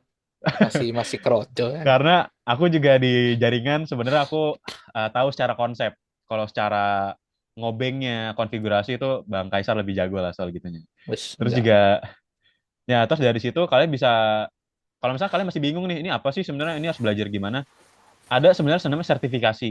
Betul. Ya, sertifikasi itu lebih mempermudah kita lah. Jadi kalian punya mentor, kalian punya guru atau punya dosen yang bisa kalian tanyain harus belajarnya dari mana. Dan sertifikasi itu banyak. Di sini ada CompTIA, ada dari Cisco, ini ada CCNA, ini ada Easy Council. Nih kalau misalnya kalian suka ngehack, nih ada CEH nih. Ini Certified Syarat apa? Ethical Ethical hacker. Hacking. Ya, ini CEH ini bisa standar standar di perusahaan buat bagian red team Betul. atau blue team juga bisa. Nah, tapi harganya lumayan berasa ya di kantong gitu. Jadi kalian bisa coba sertifikasi. Atau kalau misalnya kalian mau otodidak, itu bisa banget dari sini. Kalian pelajari aja nih kayak apa namanya fundamentalnya. Setelah fundamental, kalian pelajari di bawah lagi nih ada OS ya. Setelah belajar OS, ada belajar jaringan, networking. Ini secara general atau secara konsep dipelajari. Terus di sebelah kiri ada virtualisasi. Nah, mungkin kalian masih bingung virtualisasi itu apa. Nah, virtualisasi itu ada di hardware komponen komputer. Nah, makanya belajar dulu fundamental Pakai komputer. virtual box bisa lah untuk Betul. nyoba-nyoba kalian misalnya Atau pen testing dan VMware. sebagainya. Terus ada nih jaringan topologi ya. Topologinya. Topologi ada mesh, ada star. Nah, kalau kalian misalnya bingung, coba belajar jaringan secara Dan basic karena gitu. jantungnya itu sebenarnya karena cyber security yang namanya cyber, ini jantungnya adalah networking sebenarnya. Betul, ya di jaringan sebenarnya. Jadi networkingnya dulu dalemin, baru tuh langsung masuk komputer fundamental dan sebagainya. Tapi komputer fundamental dulu itu lebih penting. Kenapa? Betul. Komputernya dulu, jadi cara kerjanya dulu, cara kerja mesinnya, baru yang kedua Hmm. networking, dan yang ketiga pen testingnya. Gitu. Yes, betul betul Penetration betul. testing. Nah, baru ntar kalau udah pen testing, nanti kita tahu, waduh gimana nih cara ngamaninnya. Nah, gitu. Karena cyber security itu lebih sulit daripada jadi hackernya. Betul. Nah, jadi Mengamankan tuh lebih sulit. mengamankan lebih sulit. Kita harus tahu teknik ancamannya seperti apa dulu. Itu. Iya, Jadi gitu. Terus harus kan tahu harus tahu cara hacknya dulu belum sebelum ngamanin. betul Nah, kalau kalian udah tahu dari konsep-konsep tadi di atas, kalian baru bisa nih pelajarin yang bawah soal tuh. tools-tools hacking, pelajarin konsep-konsep di hacking gimana. Konsep nih ada honeypot, ada hardening, ada vulnerability dan sebagainya itu udah technical ke cyber security-nya. Itu kalian harus tahu fundamental tadi yang di atas. Sama jangan cuma belajar teori aja ya, tapi jangan lupa praktek. Karena Mm-mm. tadi pengalaman itu adalah guru terbaik di hidup kita Mm-mm. sebenarnya. Gitu. Terus ada ini masuk ke kriptografi juga. Siapa tahu Betul. di sini ada yang investasi di blockchain, di Bitcoin gitu atau dulu ada Dogecoin namanya Ethereum. Nanti kita juga belajar sebenarnya Oh di iya, kriptografi. sebenarnya untuk bahas kriptografi ini sebenarnya pisau bermata dua sih. Rata-rata orang-orang buat ngekrek software itu belajar kriptografi. Betul. Jangan sampai dipakai untuk ke ini ya kejahatan ya Ya, guys. jangan sampai ya. Pak. Ya, Soalnya jangan sampai. ini SHA, MD5 dan sebagainya itu harus belajar ke basic of cryptography. Nanti Hmm, kita sistemnya mengubah database tersebut menjadi terbaca di sistem dan itu bahaya dan fatal kalau dilakukan publik. Misalnya nggak sengaja kalian ngini server pemerintah dan sebagainya, bahaya sekali, langsung dicecar kalian. betul. Kalau mau kalian masuk ke organisasi atau jadi bug hunter, Bug hunter itu nggak mending. apa-apa. Bug Bug hunter atau bounty misalnya mau jadi kerja di instansi atau apa, itu lebih dihargai, itu lebih aman lah, lebih aman. lebih Dan aman. kalian juga dilindungi kan sama perusahaan yang kalian Betul. hire. Jadi bukan kalian nggak individu nyerang sebuah organisasi. Nah, Cari kalian bisa kena mati tuh. itu. Ya itu cari mati lah, itu bahaya, nggak bisa kayak gitu. Terus juga ini tadi yang sempat aku bahas soal social engineering, ini ada zero Hmm, day dan lain sebagainya. Nah, itu udah ini ke teknisnya lah. Ini kalian bisa buka aja website ini dan bisa kalian pelajari. di copy aja mas ke ini ke chat paling. Oh iya ya, Di boleh boleh. copy ke chat. Nanti biar yang lain pada bisa belajar juga.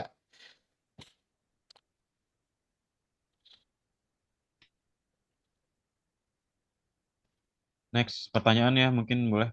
Oke. Next, ini buat Kak Tamim pertanyaannya. Bagaimana seorang pelaku doxing dapat mengumpulkan dan menyusun informasi pribadi seseorang hanya dari akun media sosial yang terlihat aman? Mengapa akun media sosial publik meningkatkan risiko doxing meskipun tidak memposting hal sensitif? Dan apa langkah pencegahan yang dapat dilakukan untuk mengurangi risiko tersebut? Silahkan, Kak. Oke, nice question ya. Ini Haikal kayak kenal nih Haikal. Jadi, oke, soal ngomongin doxing ya. Sebenarnya yang aku tekankan itu di tadi soal materi doxing itu lebih ke arah jangan sampai kalian mengupload data-data pribadi kalian.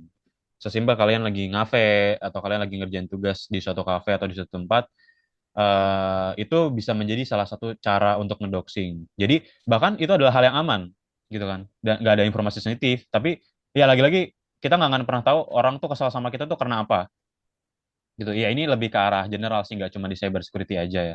Ini lebih ke arah ke awareness terhadap diri kita sendiri, terhadap apa yang kita lakuin. Tadi kayak contoh berkomentar negatif, misalnya ada yang kalian komentar negatif, orang itu nggak terima, nggak suka. Nah itu kalian bisa dicari, itu data-data kalian bisa dicari, sosmed kalian bisa dicari, bahkan kalian itu udah seaman mungkin ngupload sesuatu ke sosial media gitu. Terus sosial media publik meningkatkan resiko doxing meskipun tidak memposting hal sensitif. Apa langkah pencegahannya? Nah, pencegahannya sih kalau dari aku sih balik lagi ke diri sendiri. Jadi ya tadi jangan sampai kalian melakukan harassment, ngejudge sebuah organisasi, ngejudge seseorang individual. Ya sebersih mungkin lah kalian bermain sosial media gitu. Kalau misalnya di dunia nyata ya ya terserah kalian mau mau saling ngehujat atau mau ngejudge selama kalian kenal dan kalian tahu konteksnya itu bercanda dan lain sebagainya. Kan misalnya kan kita mata ke mata ya, empat mata, dan secara emosional kan lebih kerasa. Beda dengan sosial media, antah berantah tiba-tiba kok ngejudge, kok ngehina, kok malah bikin ngedown orang gitu kan. Kayak kasus kemarin kayak Tumblr ya. Kalau kalian tahu kasus Tumblr itu kan sampai viral Tahu. banget lah, itu kan jangan sampai seperti itulah gitu kan. Apalagi netizen kan kejam banget mulutnya, kayak Budiman sekali itu iya kejam netizen. banget kan mulutnya netizen gitu kan. Jangan sampai kan menjadi salah satu dari netizen yang tidak berakhlak seperti itu. Karena Betul. ya bagaimana kita harus lihat dari dua sisi, dari pihak yang salah dan pihak yang benar, atau bahkan dua-duanya sebenarnya nggak salah, cuman beda beda pandangan aja. Nah, makanya Oke. kita coba kaji ulang lebih dalam soal diri kita sendiri gitu guys. Jadi balik lagi sih ke diri sendiri. Tapi kalau spesifik soal doxing, ya tadi jangan sampai kita ngupload hal-hal yang sensitif lah tentang Iya, pribadi kita betul. gitu. Ini next ada dari Mas Raudri Di Mores. maksudnya Kak izin bertanya, apakah apakah DNS DNS aman itu untuk digunakan? oke. Sebenarnya kalau mau bahas DNS aman atau tidak digunakan, hidup ini kalau tanpa DNS itu nggak bakal bisa lepas dari Betul. DNS. Maksud kakak mungkin DNS third party kayak aplikasi dan sebagainya ya. Nah, sebenarnya kalau kita panjangin lagi, DNS itu domain name server. Jadinya dia cuman kita share screen aja ya. Nah, share screen izin. Domain name server. Jadi contoh di sini kita ns lookup google.com. Nah, gitu. Jadi google.com sama dengan IP-nya ini. Gitu. Bayangin kalau tidak ada DNS, itu pasti kita ngetik IP-nya satu-satu. Hidup tanpa DNS dan itu susah sekali. Gitu. Contoh, wah, saya harus tahu IP ini. Eh, contoh saya hidupin misalnya 27 dan nih, contoh ya, misalnya kayak gini. Kita harus tahu portnya dan sebagainya. Itu kan ribet. Coba misalnya kita buka kayak gini. Nah, jadi Google kan. Nah, itu kan ribet, kita harus tahu IP-nya dulu. Nah, fungsinya DNS di sini mengartikan IP ini supaya menjadi mudah diingat, misalnya google.com dan sebagainya. Nah, untuk DNS aman atau tidak? Ya pasti aman, karena DNS itu cuman buat mengartikan doang, mengartikan domain ke alamat IP. Udah gitu doang. Oke, Kak. Kasih, Kak. Mm-mm. Lanjut pertanyaan berikutnya. Apa definisi singkatan serangan DDoS dan tujuan Mm-mm. utamanya? Dan bagaimana Ah, cara mengetahui jika situs web atau jaringan kita terkena serangan DDoS? baik, Silakan, Kak. menarik. Ya, seizin saya jawab. eh Definisi singkat serangan DDoS dan tujuan utamanya. Sebenarnya DDoS ini diciptakan rata-rata untuk pen testing, pengujian keamanan dan pengujian perangkat sebenarnya. Jadi di DOS ini di sistemnya itu flood, jadi dia membanjiri traffic gitu. Jadi seberapa kuat sih di server nge-handle banyak traffic, itu doang. Sesimpel itu. Sebenarnya DDoS itu buat mengetes server ini sanggup atau enggak handle traffic yang banyak atau paket yang banyak dari berbagai sisi. Tapi karena sifatnya itu membanjiri traffic gitu, jadi disalahgunakan untuk bikin server down. Kenapa? Karena ini bisa bikin resource jadi 100% semua penuh. Jadi misalnya RAM jadi penuh, traffic jadi penuh gitu kan, trafficnya jadi nge-lag tiba-tiba, servernya jadi ibaratnya mah kalau kata orang mah ngap-ngapan lah, karena kan trafficnya pasti banjir sampai ratusan ribu traffic dan sebagainya gitu. Dan bagaimana cara mengetahui jika situs web atau jaringan kita terkena DDoS? Gampang caranya. Kerasa nge-lag nggak pas situs akses gitu? Kerasa nge-lag ini pertama gara-garanya spesifikasinya kurang buat ngehandle banyak perangkat atau menghandle banyak user, atau yang kedua paling paling fundamental adalah kena DDoS. Kenapa? Karena pasti banjir tuh traffic. Banjir semua. Sampai ngalangin orang lain buat akses. Begitu. Dan udah kayak gini, kita pasti, wah, kalau nge-lag kayak gini nih IT supportnya harus lihat, walaupun bukan kena DDoS. Wah, ini yang bikin nge-lag apa sih? Itu harus dilihat gitu sebelum menjadi parah. Begitu. Oke Kak, ini langsung aja ke pertanyaan terakhir. Di App Store, APK VPN injekan itu disediain. Tujuan sebenarnya untuk apa, Kak? Sebenarnya mau dijawab lagi ya. Sebenarnya bukan bukan disediain sih. Jadi orang tuh di Play Store tuh sebenarnya semudah kita kita punya aplikasi nih biar orang bisa make semua, tinggal kita upload ke Play Store. Sesimpel itu doang gitu. Sebenarnya tujuannya kalau VPN inject, kayak inject, mungkin maksudnya sini lebih ke arah inject SIM, karena ya mungkin saya dulu seorang RT RW net dulu ya, pernah pakai GSM, kuotanya biar banyak, dulu di kayak gitu ya. Nah, itu jangan ditiru, itu preker, penyalahan aturan. Kenapa? Memanfaatkan bug port ke situs manapun, jadi seolah-olah kita dianggap ke IP tersebut. Padahal mah kita ngaksesnya di belakang layar banyak sampai Google kan gitu. Jadi yang didetek oleh cara kerjanya VPN inject itu, jadi yang didetek tuh seperti VPN pada umumnya, kita cuman akses satu IP doang. Jadi dideteksi ISP, wah IP ini doang nih yang detect, wah IP ini mah dikasihnya limited lah kuotanya dan sebagainya. Itu menyalahi aturan. So jangan guys, jangan dipakai ya. Kalau untuk gratisan-gratisan gimana Kak? Aduh, susah ya kalau kayak gitu ya. Ini sebenarnya kita sendiri sih harus mengurangi kebiasaan seperti itu sih, Kak. Baik, terima kasih. Iya, Kak. Ini mau ditanggapi nggak nih bagian? Berarti web My Unpam sering DDoS. Saya tidak bisa memberikan Eh, argumen seperti itu ya, karena kan saya bukan orang internal My Unpam gitu. Andaikan saya di hire, mungkin alhamdulillah gitu bisa.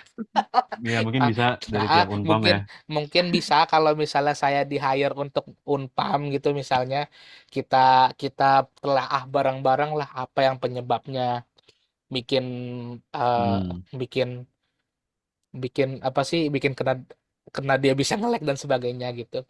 Itu kita harus menjadi orang internal tersebut gitu, karena kan harus di fix itu. Oke, seperti itu. Satu lagi, Kak, ini terakhir. Saya izin Hmm. bertanya, jika IP publik sering terkena spam, apakah termasuk serangan DDoS? Ini biasanya terjadi di dalam suatu jaringan networking ini, home pass, yang dimana eh, IP publik sering terkena spam ini banyak penyebab ya, karena servernya nyalain web proxy atau kebanyakan pelanggan di dalam satu IP publik. Contoh, satu IP publiknya satu, misalnya 157.66.36 sekian sekian sekian gitu ya. Itu satu doang IP publik, kan namanya IP publik kan satu, orang kan mikir ya udahlah saya pakai di bawah NAT. Yang di bawah NAT ini sampai ratusan ribu IP yang connect gitu. Dan juga koneksi satu IP publik nyampe 2 gigabit, 3 gigabit per second gitu dan sebagainya. Itu yang bikin cepat kena spam. Kenapa? Satu IP dipaksa rame-rame gitu. Kalau misalnya IP publik terkena spam ya wajar, karena kan emang satu IP dideteksinya rame-rame. Jadi si pihak website ngomong, wah ini trafiknya abnormal atau anomali, begitu. Untuk saran seperti apa sih biar nggak cepat kena spam, kita pakai lebih dari satu IP publik. Jadinya dibikin rolling atau shifting gantian. Sistemnya adalah Siginat. Ntar kita close dulu ya. Nah, Siginat tuh. Jadi dia IP publik ini, nah IP publik ini dia bakal gantian atau rolling. Jadinya terdeteksi beberapa IP publik yang berbeda. Jadi contoh kalau kita di IndiHome dan sebagainya, kita restart modem, tiba-tiba IP-nya ganti lagi. Itu adalah efek Siginat. Menghindari apa? IP publik IndiHome kena spam. Begitu. Oke, mungkin untuk sesi tanya jawab kita cukupkan ya. Terima kasih kepada teman-teman yang sudah aktif dan antusias dalam bertanya. Kemudian terima kasih juga kepada para pemateri, Kak Kaisar dan Kak Tamim. Semoga penjelasan dari kakak-kakak ini tadi bisa menambah wawasan dan menjawab rasa penasaran kita semua. Sebelum saya tutup, untuk peserta mari kita absen terlebih dahulu. Untuk penanggung jawab absensi silakan di-share ke kolom chat. Sudah ada ya, silakan teman-teman absensi terlebih dahulu. Guys, masih dihentikan berbagi dulu. Ya.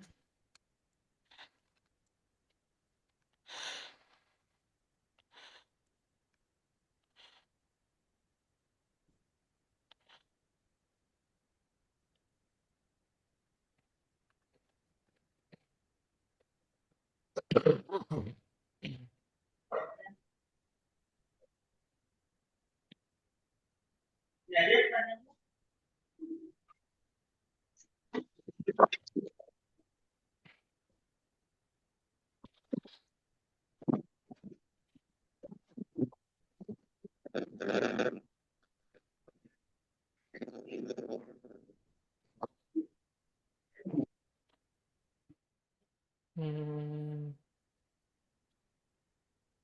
simpan.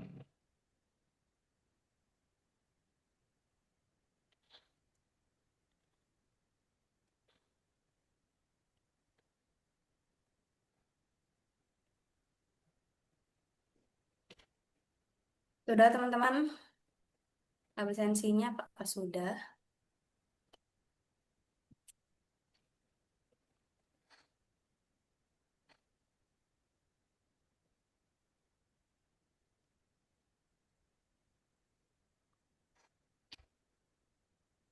Ini 10.50 ya. Iya. Ini sampai bentar Kak Wifi lag. Hmm. 50. Kak Fatimah, ada batas waktunya nggak absensi? Sampai jam berapa?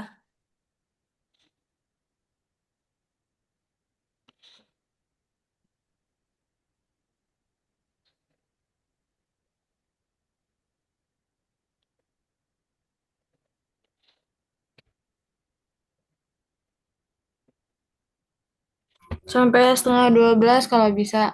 Wah, mantap.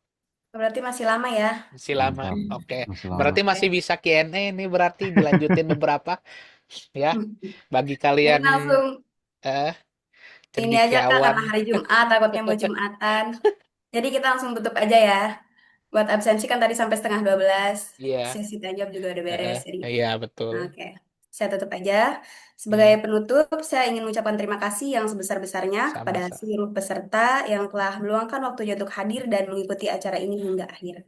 Saya pribadi mohon maaf apabila selama memandu acara terdapat kekurangan dalam penyampaian kata maupun sikap. Mari terus semangat belajar dan berkarya di bidang yang kita cintai. Saya pamit undur diri. Khairunas anfa'hum linnas. Wassalamualaikum warahmatullahi wabarakatuh. Waalaikumsalam Waalaikumsalam. warahmatullahi wabarakatuh. Makasih semuanya teman-teman yang udah join. Terima Bapak Ibu kasih. dosen juga. Reni, thank you Reni. Iya, terima kasih kembali.